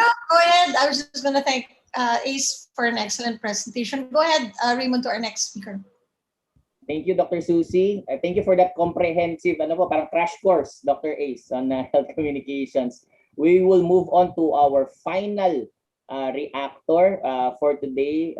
She's a very good friend po, and also a special assistant to the Secretary of Health, but more popularly known as the Director po of the Health Promotions Bureau. She's none other than Director Beverly Ho. Dr. Bev. Good afternoon, Dr. Raymond. Good afternoon, everyone. I'm Susie. Yes. Hello. Please go ahead with your reaction po. Okay, thank you. First of all, thank you to the organizers for inviting me and the DOH to take part in this webinar. I actually personally learned a lot listening to the speakers this afternoon. There are 3 points that perhaps are lessons or learnings that we have picked up along the way. I personally haven't been in health communication prior to the pandemic. And it's really a challenge, not just to me, but the entire team, who are made up of a lot of new people also. We know that where we are now, it's a world where new information comes in almost every second. And it's not just new information coming into, say, spaces where we traditionally publish, but they come into a space where it's basically public sphere agad. No. Second is that everyone becomes inherently a content creator. And there's no such thing as an editor for the millions of posts that are actually being published, and even in comments to commentary sections in prestigious journals, there's actually no editing, no? So sometimes even if it's a comment, whether it's cleared or not, it's accurate or not, it really gets published even in the spaces that are traditionally set out only for peer-reviewed articles, for example. Third is that overall, in general, we have to acknowledge that the trust among institutions or by the public to institutions or certain individuals in those institutions are not as strong as it was before. And then finally, the technology have the propensity to increase the bias that Jason or Dr. Ligot has discussed a while ago. So yung sinasabi po niyang bandwagon biases or availability biases. Actually, the technology that we're using, mga platforms na ginagamit natin, they actually are using our algorithms, their algorithms to a certain extent amplifying those biases. No? You have groups wherein you're really with your family. So kung 10 yung groups mo with your families, then the same messages gets passed around. Your social media tracks people, diba, that you want to see, no, or whose comments you want to hear about. So in essence, parang it amplifies those biases. And if we're not aware, then we become victim of those infrastructure.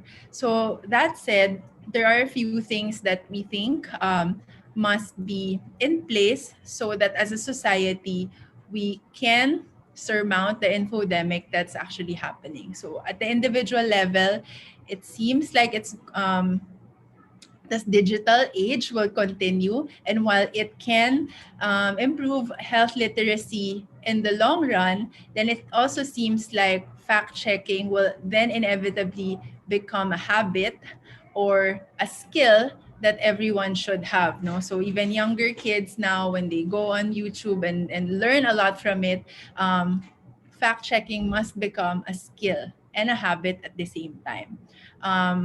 How do you get people to actually acknowledge that whatever they're reading can change later on, right? Because what they're reading becomes their opinion, and people usually have difficult time changing their opinion, especially after they've adopted to certain thing they believed it. No?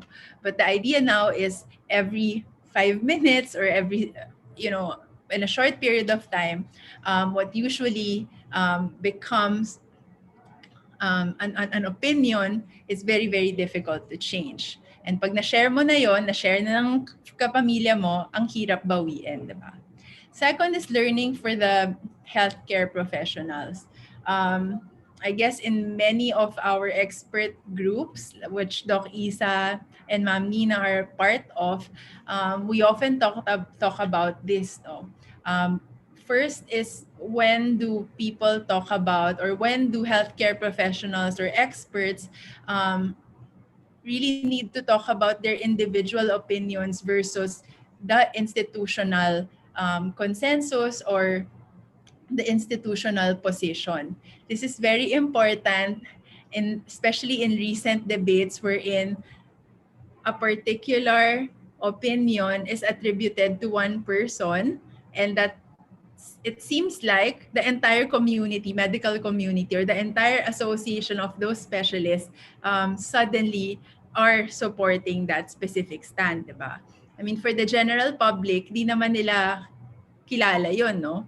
Or we can also say that perhaps in our country, hindi pa rin masyadong established the way other national organizations are as established in other countries. So you have a lot of individual physicians, nurses, etc., who speak about their own opinion rather than really waiting for or coordinating whatever their public statements are with their organization. But on the other hand, it's also difficult. Who do they coordinate with?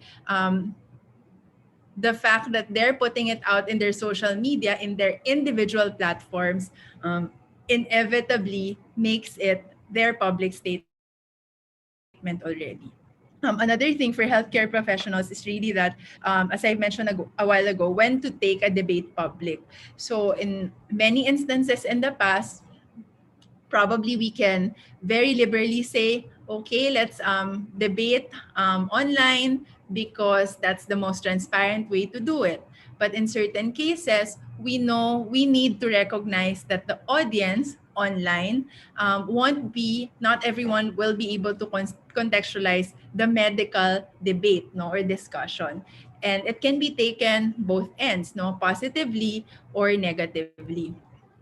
And so we're very happy that actually, in fact, for COVID-19 vaccines, there's actually a commitment among the different medical professionals that the debates will actually be taken in a manner that they're going to be more careful, significantly more careful because of what happened in the past. And then finally, some just learnings for the institution, like us, no, sa DOH. First is really knowing that the messenger is the message, no? And in the same way, perhaps the platform also becomes the message. And we recognize that there are limitations, no? The formality of DOH as an institution, past issues. There may be things that people wouldn't want to receive that same message from us.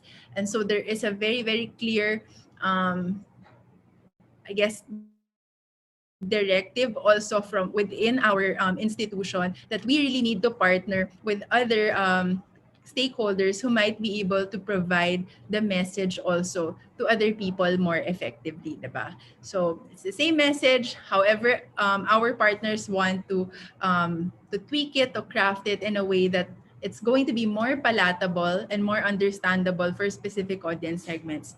Go po kami doon, no? Second is really to meet where our audience are. So, kunwari,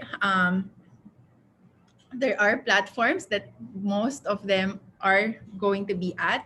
So kung yun ay television, at alam namin for Philippines, it's still primarily television, even if we think everyone is in social media, the numbers show that, then it also means that considering that we have limited budget for ads, then we always have to try to be in the news outlets, right?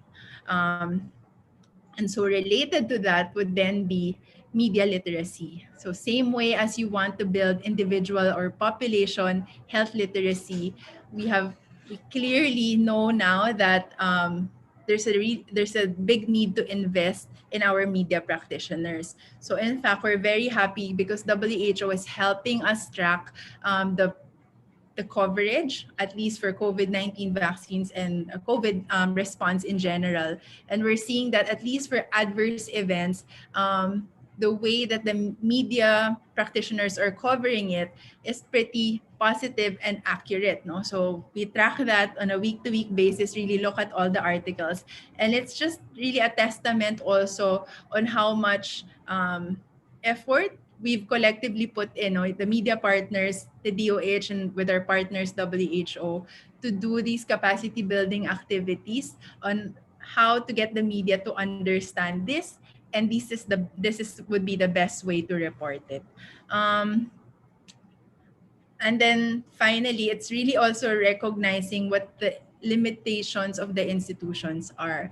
So unlike perhaps more informal organizations, they will have easier or faster decision-making process, the agility in terms of, okay, in 1 hour, we already have a stand or statement, diba?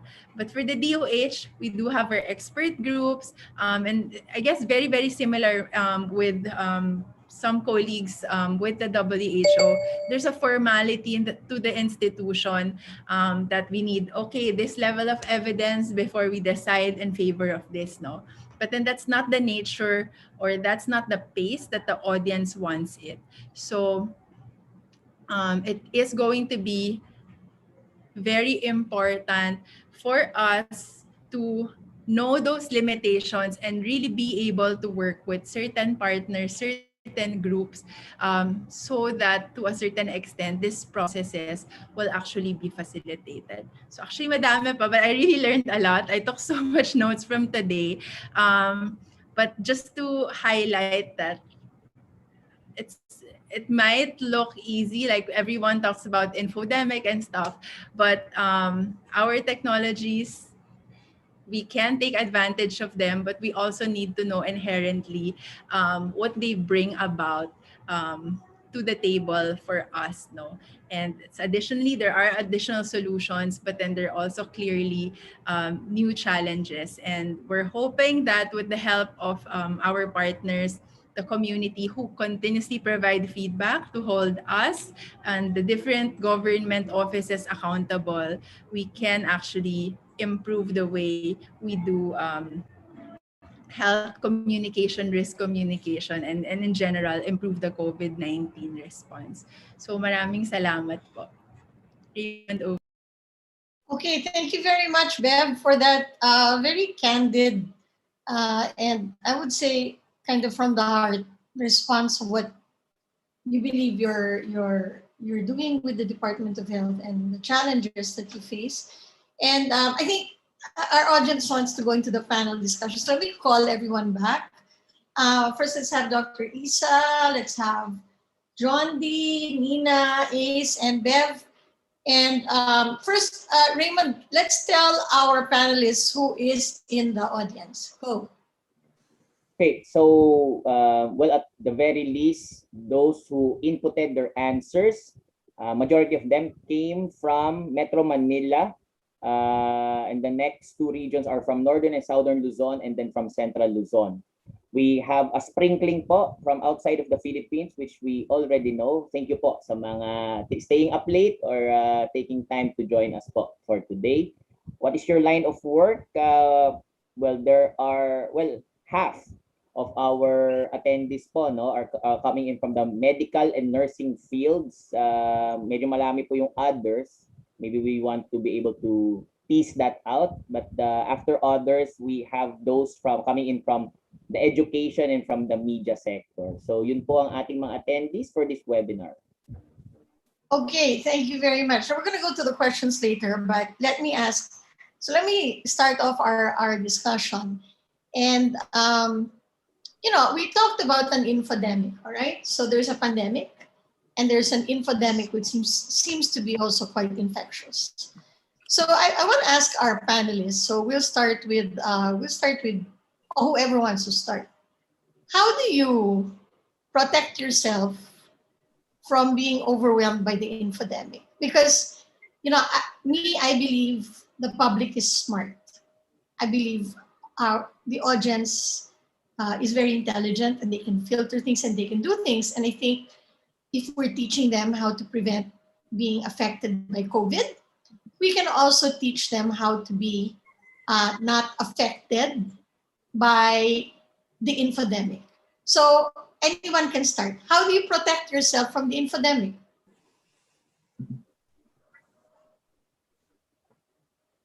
Anyone? Maybe I would start by saying or recommending to attend webinars like this, because these are excellent venues for you to learn, not just about facts or fiction, but also about the latest perspectives. But I think when it comes specifically, Doc Susie, to the infodemic, I think we need to curate our sources of information. So that would be my first advice. Have a couple of sources that you have deemed worthy or that you've done your due diligence, and then filter out the noise. Because now, I think the tendency is we tend to react to everything that we see, that we hear, or that we learn on different chat groups, on different media. And there's just so many people out there with, most of them, I hope, have good agendas, but some, frankly, they do not have good agendas. So filter the sources of information that you have would be my first point of advice. And my second advice would be also be aware or be conscious of your own biases. The biases that I spoke about earlier, the biases that Dr. Buensalido highlighted when he was talking about clinical evidence. Because it's only really when we start being honest that, we are not as rational or as logical as we think we are, that we can be more honest with how we appraise information. And then make sure that that information is ultimately trustworthy and useful for us. Yeah. John, say something. Go ahead. if I may add, yun na nga, kanina yung video, maganda yung sinabi nung isang nagsalita sa video na tumitingin siya sa mga reputable and reliable sources, no? Those are keywords, una, reputable. And these institutions have a reputation because they have been doing it for a long time, no? Meaning ito na yung ginagawa nila, looking at evidence, no? Trying to get the best evidence for the public, no? Some of them are academic institutions, meaning yung talaga yung pinapag-aralan nila. Kaya sila reputable and reliable. Similarly, they have been doing it for a long time. Tapos they are, they're well known that they do fact checking, etc. for the public. So and then also look at the other side, no? But sometimes pros and cons are difficult to weigh into, no? Yung pros kasi syempre very emotional sila. Syempre yung anti-emotional din. A lot of the academic institutions, no, and yung like for example the Living CPG, hindi naman kami pro, hindi naman kami anti. We are just looking at the evidence, and pinakita nga ni Dr. Isa and during my presentation yung levels and methodology kung paano gumagawa ng recommendation, mahaba, no? And then hindi lang infectious diseases, marami ding ibang mga specialista ang kasama sa paggawa ng recommendations. So yun, that in itself I think should reassure the public, lalo na pag when they have to choose which sites to go to for their information. Nina, you wanted to say something? Go ahead. Thank you for the question, Susie. I think like I always start all of my talks in whatever audience I talk to with context. Okay, context matters, and we all have our biases.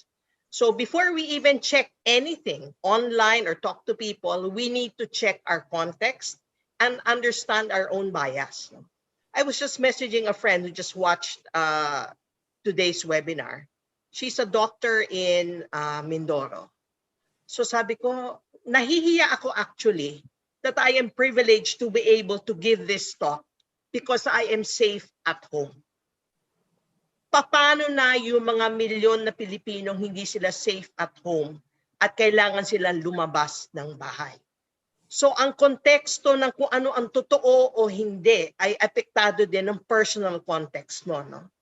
Second point ko is hindi natin na aabot ang mga taong wala sa digital space. Bev knows that. I've been hounding them sa DOH. Lahat ng ating pinag-uusapan ay yung digitally connected. Paano ang mga seniors na hindi naman digitally comfortable? Paano yung mga nasa malalayong lugar na walang internet? Hindi na ba sila entitled to the right information? So let's look also at equity of access to the correct information. Let us also look at the issue of walang access dahil hindi siya connected dahil nasa labas siya ng bahay. So marami sanang gusto makinig nitong webinar na ito, pero nagki-clinic, nagtitinda sa palengke, they're working. They're working and they're not in the digital space. So how do you reach those people? Yun ang aking worry. Yung seniors, napakadaming seniors na may mga kaibigan ako senior. So nagme-message sa akin, Nins, totoo ba ito? Sabi ko, pag hindi ko alam ang sagot, itinatanong ko kay Isa or kay Raymond or kung sino mang kasama ko, no? Kasi hindi ako clinician. So ako po, ang role ko ay tulay for information. So the clinicians have this information and not all of our clinicians are able to communicate it in a layman's fashion. So yun po yung role ko. Pero I'm very worried about the millions of Filipinos who are not in the digital world. Saan sila kumukuha ng kanilang tamang informasyon to which they are entitled to? Thank you po. Thank you very much, Nina. Bev, I'm sure your information environment is terribly overwhelming. So as a person, as an individual, how do you protect yourself from the infodemic?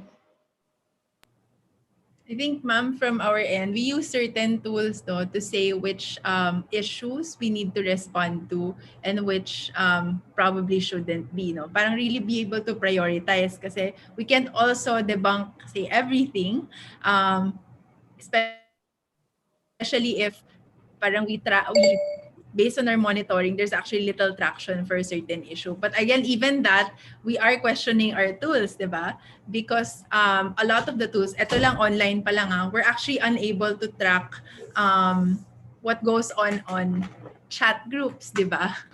The one that you have family chat groups or even yung SMS exchanges, no? And that's really where a lot of the messages from families to family members are passed on. So may technical challenge done apart from adaptive challenge. But as what Ma'am Nina has been mentioning, our constraint in getting ourselves more on radio, on TV is still money, no? So we have tried to do some radio advertisements, but have also partnered with certain radio programs. So they allocated, say, 5 to 7 minutes of every episode for us, no, our guests. So it could be DOH or we can get sila Ma'am Nina, some of our experts to guest on those shows. So really being out there, free, pero para marinig kami. No? And then more recently, we have brewing partnerships with some agriculture, fishery NGOs who are really better at communicating with certain segments of the population para sila. And then for 4P families, that would be DSWD POS. No? So using channels of certain agencies or even NGOs to get to the other people dun sa mas parang below the line communication. Kasi hindi naman talaga ma-achieve lahat through normal communication means.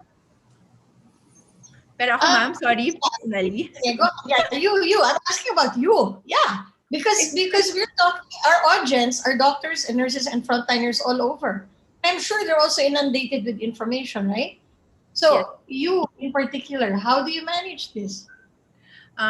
First, among my family members, is to ask my brothers and sisters to help inform my relatives. I was like, kayo na magsabi because I actually don't have as much time to tell them. And ang dami talaga, no? Even among family members. Then personally, in my chat groups, happily with med school classmates, etc., there are many people who also try to counter already the information. So medyo hindi ako hirap, no? Siguro mas nag-zone out ako, ma'am. That's my coping mechanism. Meaning to not respond to everything. You know, I think that what you said about zoning out and I'm gonna ask Isa also, no? Because classmate ka pa ba? Isa, are you there? Yeah, I can't open my video. Okay, Isa. Ikaw din, di ba? Ito si Isa, halos hindi na natutulog to eh. And apart from the external information, I'm sure, many of us, nakadikit din tayo sa scientific literature, right? So how do you cope, Isa, with all of the information coming your way? Yep, okay. Personally, yes. Yeah, personally. I don't read everything, no? As I said. So I curate also, no? So I have my list of journals, websites where I will get the information and how to verify information as well, no? So I don't have Facebook actually, so I don't do Facebook. Okay, so and really it's choosing which ones are critical to address and which ones are just noise, no?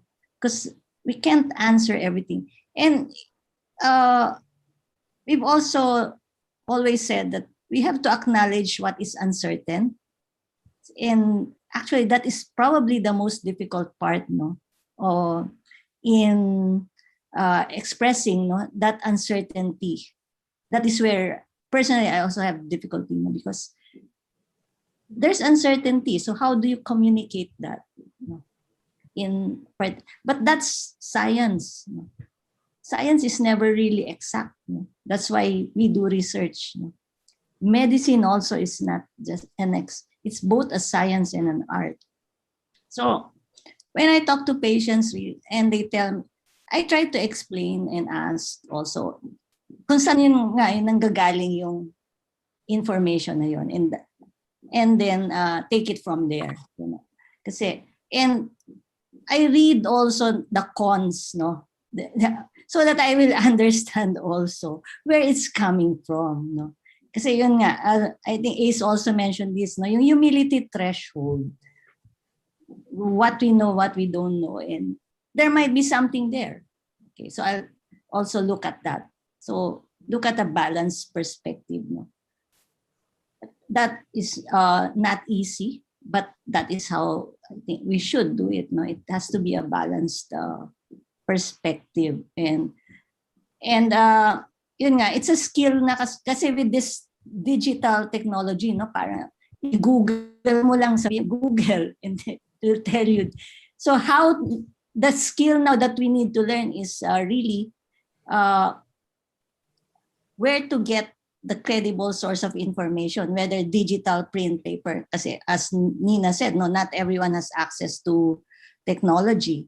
So it's really a skill of where and to get the right information. And then once you get that information, how to process that information. No? How is it true, credible, the quality, appraising it. No? Yun. So that's another skill now that we also need to learn.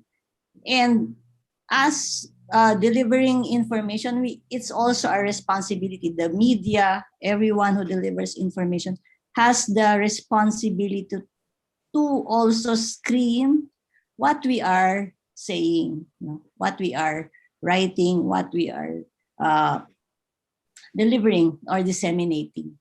So, yun, it's really having the skill to screen, to appraise, to curate, and then choose to prioritize also which ones are critical to address. Yun na, Susie. It's I think that's a good summary of what everybody said. No, I would imagine that at no other time in history, that in recent history, have people been scrambling for information. Before, what did they care, right? Would people care about health or drugs or anything? Diba? Parang health was very low, but it's almost as if we are agitated into getting information. But when you think about it, so I kind of like Bev's comment that sometimes you just need to zone out, right? I mean, how much information do you need? You need to have information every hour, every 2 hours, every 3 hours, every 4 hours. But I remember, and I don't know where we were talking about this in one of the webinar. People, when they receive something on their phone, you know, I'm mindful of what Nina said, that everybody's not digital. Okay, so in that space, but this applies to chismis as well, right? Pag may narinig o may pumunta sa telepono, sinishare ka agad. Pero actually, ang pinaniniwalaan nila, yung nakikita nila sa sa TV. Now, what they see in mainstream media, they're more likely to believe. But they keep on sharing everything. And the same thing with chismis, di ba? Pagka sabihin natin yung mga nakikipag-usap sa palengke, sa ganyan, sa mga parlor, kung ano-ano sinasabi nila, but it doesn't really mean that they believe it or that they're going to act on it. So I think, you know, one of the skills we need to acquire and one of the interventions we have to push forward, I mean, just listening to all of you, is to really help people protect themselves from too much information. It's just too much. Parang it's not even the wrong information. It's just too much. There's just too. So sometimes just turn off. You know, stop talking, stop listening. Tama na yung Anyway, Raymond, we have a couple of questions that have been voted. Ano ba yung voted question mo, Raymond? Sige, go. Yes po. Actually, we have a total of 100 and how many is this? 120 something, 121 questions po. So it's a lot of questions. Probably our webinar has had the most questions to date. but we'd like to ask Ma'am Hana Moril, Ma'am Hana po, to ask her question live to the audience. Ma'am Hana, may we ask you to open up your camera and ask your question po.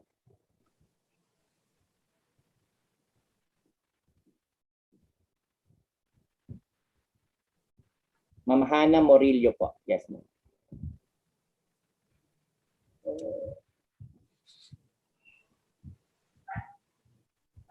Okay, I think she's having technical difficulties po, no? So we'll just, we'll try to choose which questions po. If we could have our next audience participant who will be asking the question live, Rain Sandayan, sorry.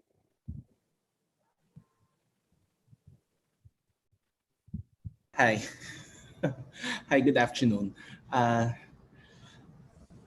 Perhaps my question would center around the idea of education and communication. I completely agree with the interventions made by Dr. Carandang, particularly on the fact that a lot of people are not digitally connected. About 16 million families do not even have electricity. So the challenge with us, especially here, since we're all experts in some way, not only in the medical field, but in research, statistics, epidemiology, how do we improve the level of education of the Filipinos? Because it's quite ironic that the Philippines has a very high functional literacy rate, but our literacy when it comes to media and information and science remains very questionable. I think the data and the research is out there about how biased we are. So how do we address this challenge of really communicating with the people and appropriately educating them? Siguro idadagdag ko na lang din yung context that sometimes the government would even have back and forths when it comes to policy pronouncements. Let's admit that it's not a secret. For example, they will announce an ECQ for today, but the rules will be set for tomorrow. That creates a void of anxiety and uncertainty in people. So I'd leave the panel to react to that. Susie, pwede ba ako sumagot kay Mr. Rain? Thank you, Rain, for the question. Go. Katulad po ng pakilala ko po sa aking sarili, ang nanay-tatay ko po ay parehong scientist at teachers din po sila. Paano po ako naging interesado sa science?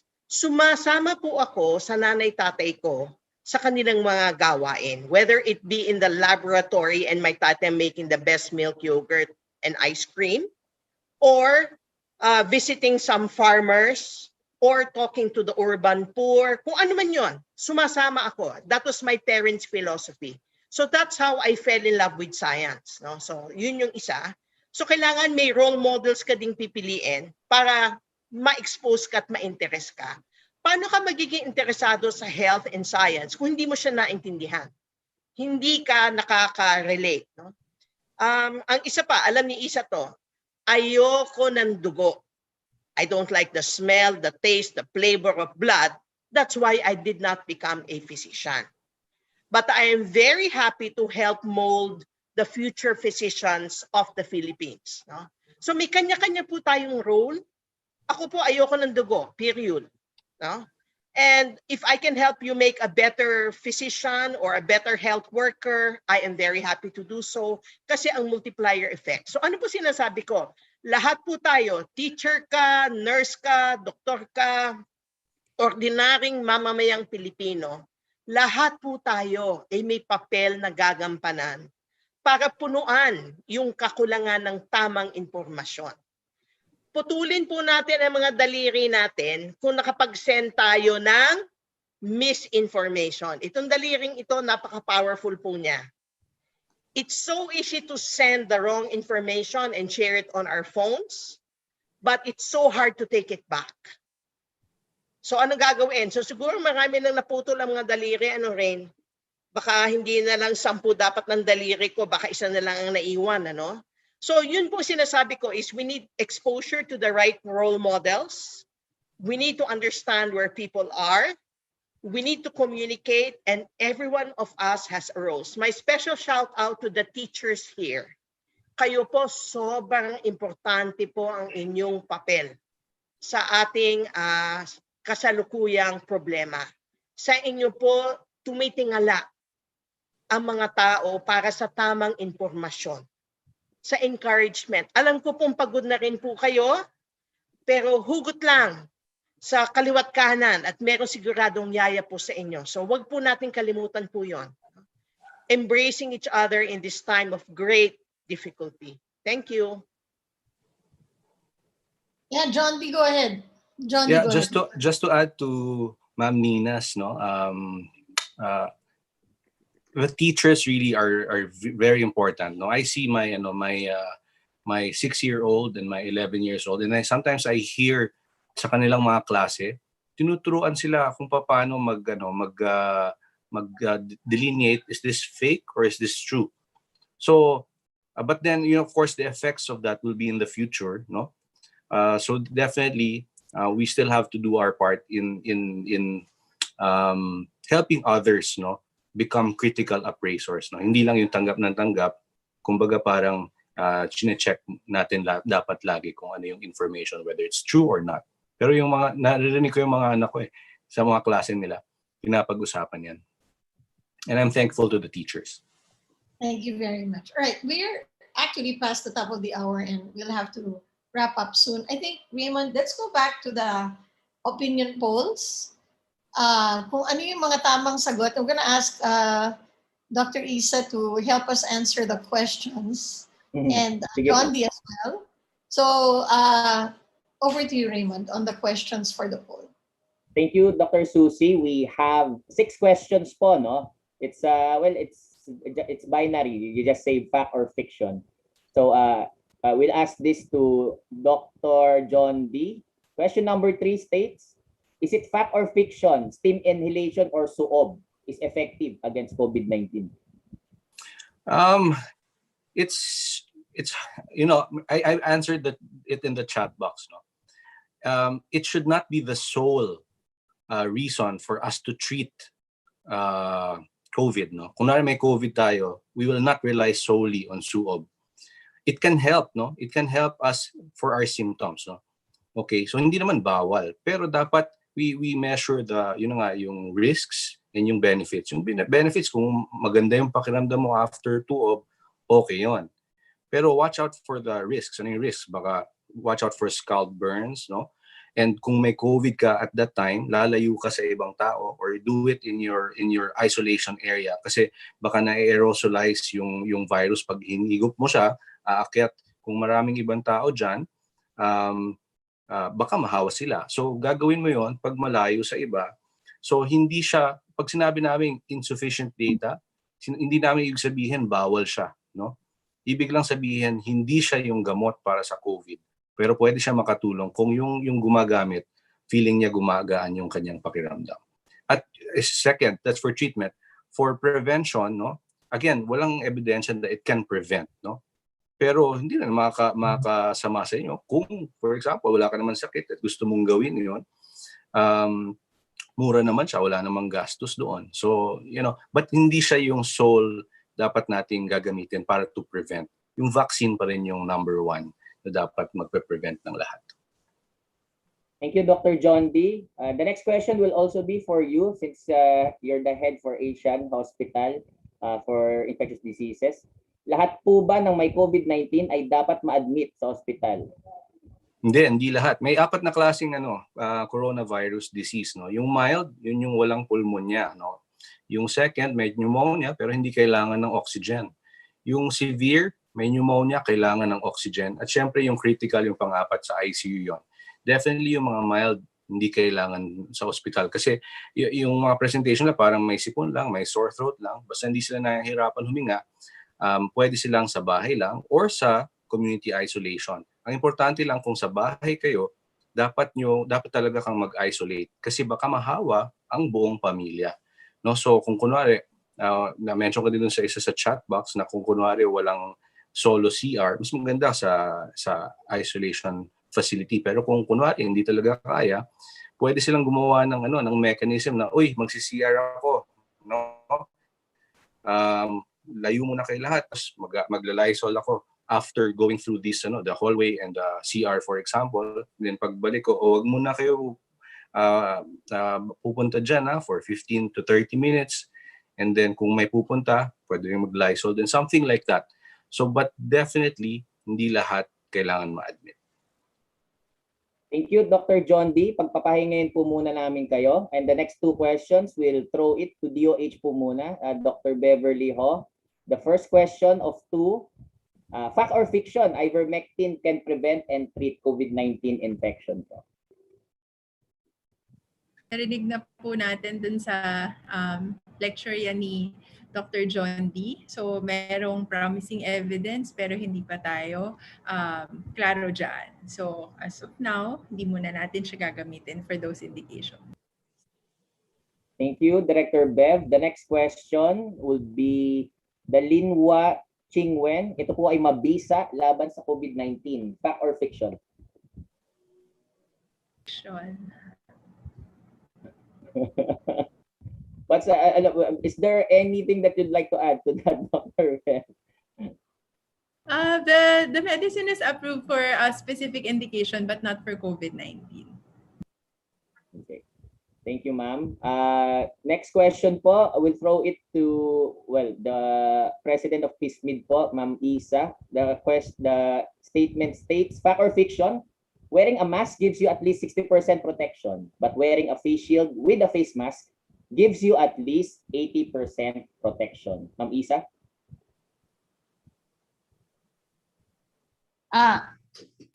Siguro kahit wala yung numbers, no? What I'd like to say is that wearing a mask prevents transmission of COVID-19, no? At pag dinagdagan pa natin ng face shield, it's an added layer of protection. Ang ginagawa kasi ng face shield, it prevents us from touching our face, no?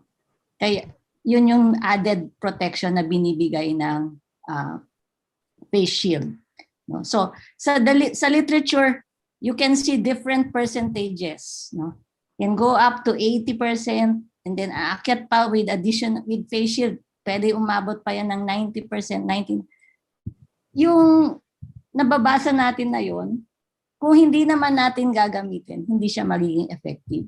So yun yung meron kasi nagtanong dyan ng efficacy tsaka effectiveness. Efficacy o mabisa. Pero magiging effective lang yan pag gagamitin natin ng tama. Okay. So tamang paggamit ng mask at tamang paggamit din ng face shield. Ganon din sa mga gamot. Mabisa effect sa clinical trial. Pero pag hindi mo na maininom ng tama, hindi pa rin siya magiging effective. Hindi ka gagaling. So yun yung effectiveness. So kaya hindi lang tayo nagbabase sa clinical trial yung una na mag-prove kung pwede ang gamot gamitin. Tapos para maging effective yun, doon na papasok ngayon itong mga communication strategies natin, implementation strategies, access, providing access to this effective. Para maging effective siya, kailangan natin i-communicate ng tama at bigyan ng strategies para magkaroon ng access dito sa mga tamang intervention na to. So, yun na. Thank you, Ma'am Isa. And then finally, we'll call on po Dr. Nina Carandang. Siyempre, it's a vaccination question and bilang NITAG. Fact or fiction, vaccination is one of the pillars to control COVID-19 infection, ma'am. Yes po. And dapat pa rin, no? Face mask, face shield, proper distancing, good ventilation, limited interaction time. Huwag po natin akalain na pag bakunado na po tayo, yay! Pwede na ako lumabas. O yakusin ang aking mga kaibigan at kaanak. Hindi po ganon, ha? So isa lang po siya sa mga paraan para tayo madagdagan ang proteksyon. Hindi po siya ticket para lumayas po tayo at gawin na ng ating mga gusto. Salamat po. Thank you very much. Okay, thank you very much. So it's time to wrap up, and we're going to ask all of our panelists to speak maybe for a minute or less. And I think I'd like you to reflect on, you have maybe 5,000, 6,000 frontliners who are watching us right now. And, teka muna, si Raymond pala naglalagay ng ano. O sige, engine evaluation. Okay, while you're doing the evaluation. So it's just a quick evaluation that we will just put it up on the screen. We'll not close it, but please let us know your thoughts. It's mostly on your feedback on the webinar, how you found it, how informative was it, and how it increased your knowledge about the webinar po. Go ahead, Dr. Susie. Okay, thanks. Okay, so everybody, as parting words, maybe can you just address? I said we probably have right now 5,000, 6,000 frontliners who are listening to you. So I think the question is, what is your advice? What is your advice to them on how can they be more effective in stopping the spread of information that is not correct? So yeah, let's start with Bev. So the frontliners, how are listening to us? Anong advice nyo? How can they help? What can they do to arrest the infodemic? Bev, go ahead. First of all, thank you, Ma'am Susie. Thank you sa lahat po ng nanonood sa atin. Sana wag kayong magsawa to follow platforms like this where you can really get correct information. Two things lang po. So first is to spread better information, and to do that, please coordinate closely with leaderships of the organizations where you're in. Currently, HPAC brings together all of the professional societies, but also institutions like Institute of Clinical Epi and PISMID. They do have guidelines, and they're now structured in very, very simple ways para po yun yung gagamitin natin lahat, no. Let's try to make sure that all of our advice, because now everyone looks up to all frontliners, no, regardless of what our positions are. And so it's important that we're very much aligned in what we tell the public. So please use the resources that have been made available po, and sana we align our advice to anyone based on that. So that's the good information part. The second part is help stop the spread of misinformation. And to do that, we are hoping that you take advantage of the many public spaces where we are invited. Alam ko marami pa rin akong friends na medyo nahihiya to talk in several platforms. Pero I think now, more people need to hear about the correct information, and yun, mas maraming good, mas maraming accurate, more than the incorrect one. So let us use as much of our platforms to get people to hear us. So marami pong nag-iimbita dyan ngayon, wag po kayong mahiya. As long as we're armed with the correct information, we should be able to maximize all these platforms out there. Thank you, Ma'am Susie. Thank you very much, Bev. Ace. Thank you, Doc Susie. And first of all, thank you again to UP for the invitation. Thank you to all my co-panelists. I learned a lot as well for this webinar. I guess my two messages would be, number one, as Bev said, I think because of the situation that we're in, if you're a health professional, we're all health promoters. So we all can promote health and good information, accurate information in many different ways. We have our own social media accounts. Most of us probably do anyway. We have our own families, our friends, our chat groups. People may invite you to speak. People may invite you to, or may just even have a question. So wag po tayong mahiyang makinig, at also wag din tayong mahiyang sumagot. And my second message would be, I really go back to what Ma'am Nina mentioned about agency. That's very, very important in this current environment. What I mean by that is we should empower people and not just stop at telling people about things that are not proven. For example, parang I think it's very important for us to say yes, the evidence maybe does not support this, or there is no evidence for this medicine. Instead, this is what you can do to protect yourselves. And there's so many core behaviors that we need to reinforce nowadays. Wearing your mask properly, washing your hands regularly, practicing physical distance, staying at home, knowing the symptoms. All of these are very important behaviors. So let's empower people. Let's not discourage them by just in telling them ano ba yung mga fiction, because there are many facts that we can share as well. Thank you. Thank you, Ace. Ma'am Mina, go ahead.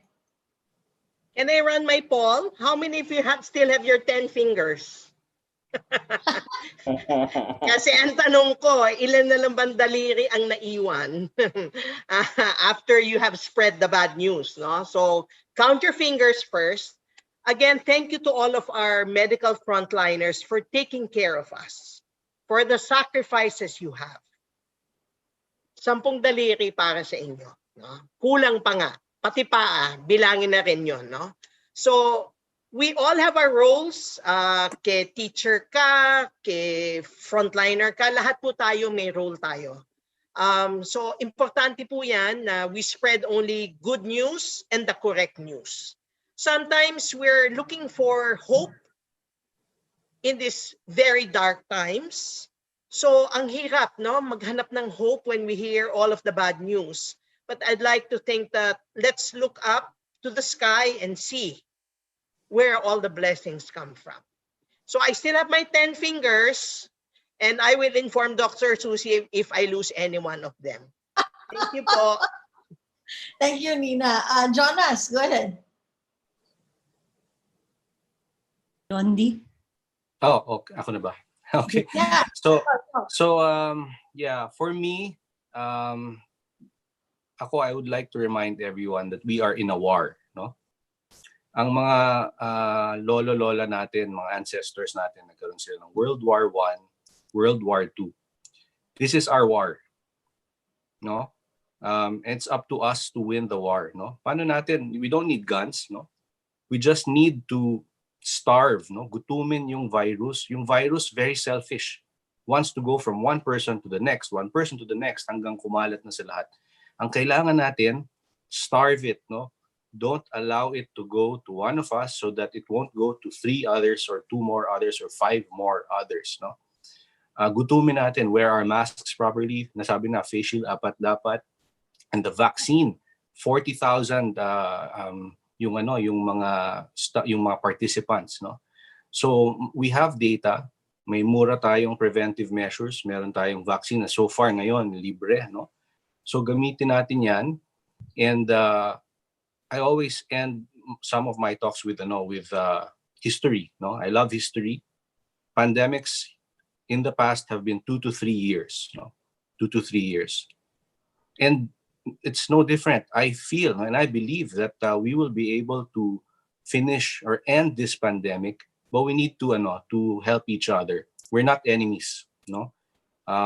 We might have some differences in opinion, no, in assessment of evidence, but eventually, lahat ng ginagawa natin ay para malaman natin kung ano talaga yung dapat na gawin pa natin, no, para maitigil itong pandemic. Matatapos din to, and dapat buhay tayong lahat pagkatapos nito. Okay, thank you very much, John D. And sorry I said Jonas. I was thinking of Jonas because Jonas is our speaker next week. So John D, thank you. Thank you so much. And Isa, your final word. Thank you, Susie, and thank you to TVUP, no, for this webinar. Taking up from John D also, no. So we are in a war. The virus is our enemy, no. And having said that, the virus is not the enemy. This pandemic is not a race against each other. We are not here to challenge each other's expertise, no? Instead, we really need to work together in crafting, implementing the interventions needed to control this pandemic. And it started with the virus, but the impact is really multi-sectoral, global, no? So the interventions really, it's not just one intervention. It's not one drug that will stop this pandemic. It's a multifactorial, multi-sectoral approach that's needed to really, for us to stop this virus. No? So it's a bundle of interventions that we all need to work on, no? And agree on. Yes, there are still uncertainties, but let us not be distracted, no, by all these uncertainties, by all this noise in this fight against the virus. It's the virus that we are fighting, not each other. Okay. So again, so we are looking for science-based solutions. There are science-based solutions, but for these science-based solutions to work to be effective, we have to work together in solidarity as we move towards controlling this pandemic in time. Thank you. Thank you very much, Isa. Okay, so for our closing remarks, I'd like to thank all our panelists. We're going to have a wrap up from UP Manila Chancellor Menchit Padilla. Menchit, floor is yours. Thank you. So the webinar was opened by Dr. Isa Alejandria, and according to Dr. Isa, as COVID pandemic continues to surge, infodemic continues to spread, and there is a need to flatten the infodemic. So Dr. Isa shared the rigorous process for developing clinical practice guidelines. And in a nutshell, she said that the guidelines must be reproducible. Evidence from literature is reviewed by a panel of experts, synthesized and presented to a panel for consensus building. And in the process, there are trade-offs in decision-making.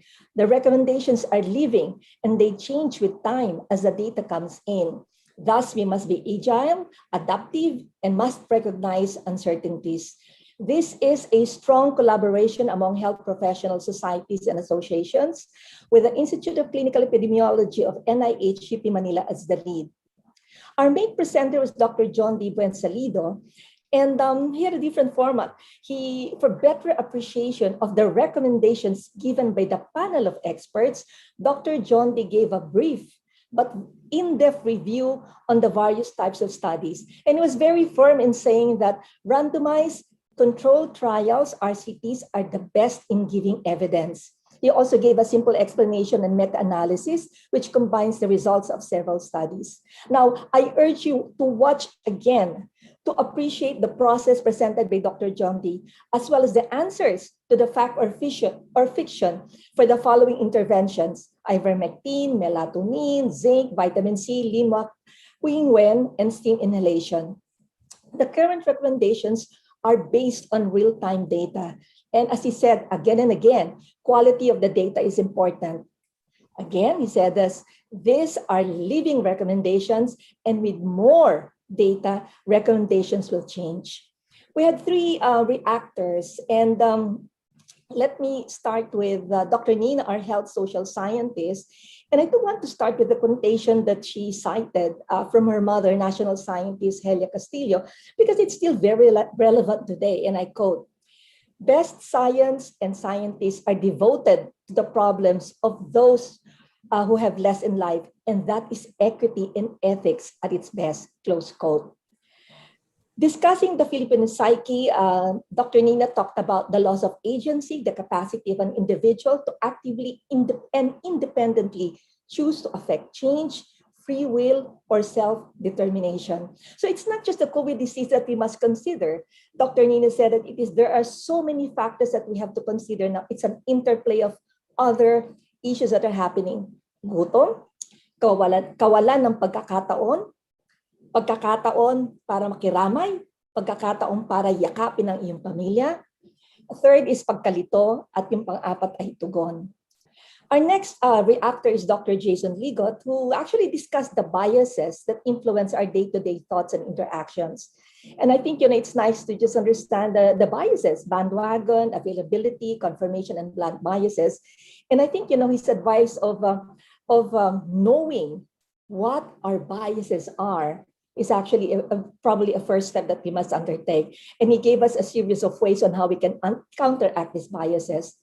I urge you to go back to that table, rather the graph showing the risk with two factors of hazard and outrage. And I think, just going through that slide will help us understand on how you will actually act upon the challenges that we have right now in the midst of the COVID pandemic. Indeed, I think the survey he presented on social media and COVID-19, I'll just mention two actually, and it's quite heartwarming to note that the national mainstream media is still number one, and the major source is actually WHO and science and health experts in the digital space. Our last reactors, Dr. Bev from DOH, and there are nice things to pick up from what she said. She said, everyone in this digital age becomes a content creator. There is no editor to screen what is going out directly to the public. And he moved on by giving the challenges actually at different levels. He said, for the individual level, digital age will continue and fact-checking will need to become a habit and a skill. For the health professionals, she said that, just exactly when do experts use their individual opinion as against the institution or organization stand? And do we really want to take a public debate? Because the viewers may not necessarily be medical. And for the institution, she said that there's a need to partner with other groups for better messaging. And as we build population literacy, there is a need for media literacy for accurate messaging. Just a few words from each of our speakers. From Dr. John Ding, appreciate the value of quality data as a basis of recommendations. RCTs are still the best, and let us face our war together. From Dr. Nina, spread only the good news and the correct news. And on the area of vaccination is an act of love, citizenship, and solidarity. From Dr. Jason, curate your sources, filter out the noise in the chat groups, be conscious of our biases, be honest. And from Dr. Bev, digital age is here to stay. And I repeat, we have the responsibility to check the information we are sharing. Let me end with a message from Dr. Isa. She said during her opening remarks, it is not just hand hygiene. We also need information hygiene. Back to you, Dr. Susie and Raymond. Thank you very much. That was our Chancellor of UP Manila, Menchit Padilla. And for next week, please join us. It's the anniversary of the webinar. Wag po kayong mawawala. We have lots of surprises for you. But we also have, so our topic is, isang taon na, kamusta na ba tayo? And the tayo is mga frontliners. How are you? We're gonna have Dr. Nonet Tronco talking about the impact of the pandemic on the your psychosocial health, your well-being, how it has affected you. We will have Jonas Del Rosario, who survived COVID, the spokesperson of UPPGH, and we'll have R.D. Lopez, who won an award for the song of our webinar. He just recently won an award, and I guess the question is what made him write that song. And I think we will be focusing on how do we continue to do this work. John D said it might be 2 years, 3 years. How are we going to continue? So our session next week is going to be about you and how can we all, how can we all persevere, be hopeful, and be strong in this pandemic? Over to you, Raymond. Thank you, Dr. Susie, and thank you for that, excellent, as always, synthesis from our UP Manila Chancellor, Carmencita Padilla. So next week po, isang taon na po tayo na nagsasama-sama. I-reiterate ko lang po, ulitin ko lang po that there is a call for those photos, for those details po, that will be part of our COVID-19 Heroes Memorial, so that we won't forget the sacrifices and also the experiences that we have encountered po this past year. And hopefully that's something that will remind us not just to persevere, but also just to give hope that there are those who are working very, very hard to stop COVID deaths and also to be able to take care of all of us. So maraming salamat po sa ating mga frontliners. And next week po, magkita-kita po tayo ulit. Friday, 12 noon to 2 p.m. It's a date. Together, let's stop COVID deaths. So keep safe, keep healthy, and see you online. The enemy remains unseen. I'll keep your hand in mine. Let's say a prayer one more time. I know you long for home, but I am here, you're not alone. I'll stay with you until the coast is clear.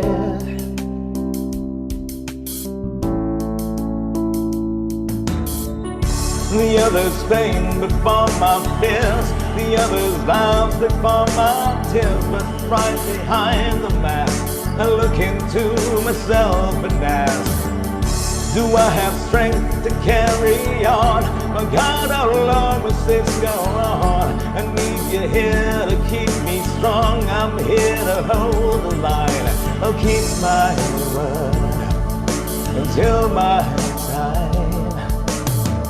Just look into my eyes and say his name to realize it's fine to be afraid. Just hold on to the word he gave. This time will come to pass, 'cause this salvation's made to last. He'll carry you to see the break of day.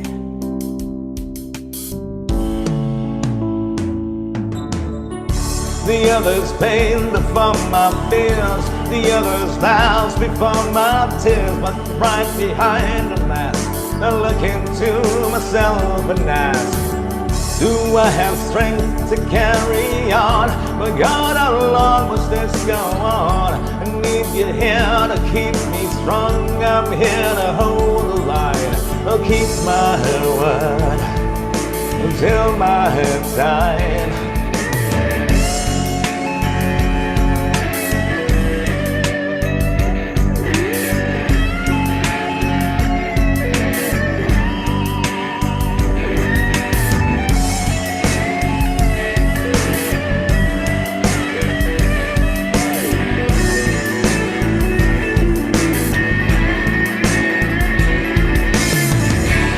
The others pain before my fears, the others laughs before my tears. But right behind the mask, I look into myself and ask, do I have strength to carry on? But God, how long must this go on? I need you here to keep me strong. I'll keep my word, your word is mine. The others pain before my fears, pushing on despite the tears. Please take us through another day. Just hold my hand, and I will hold the line.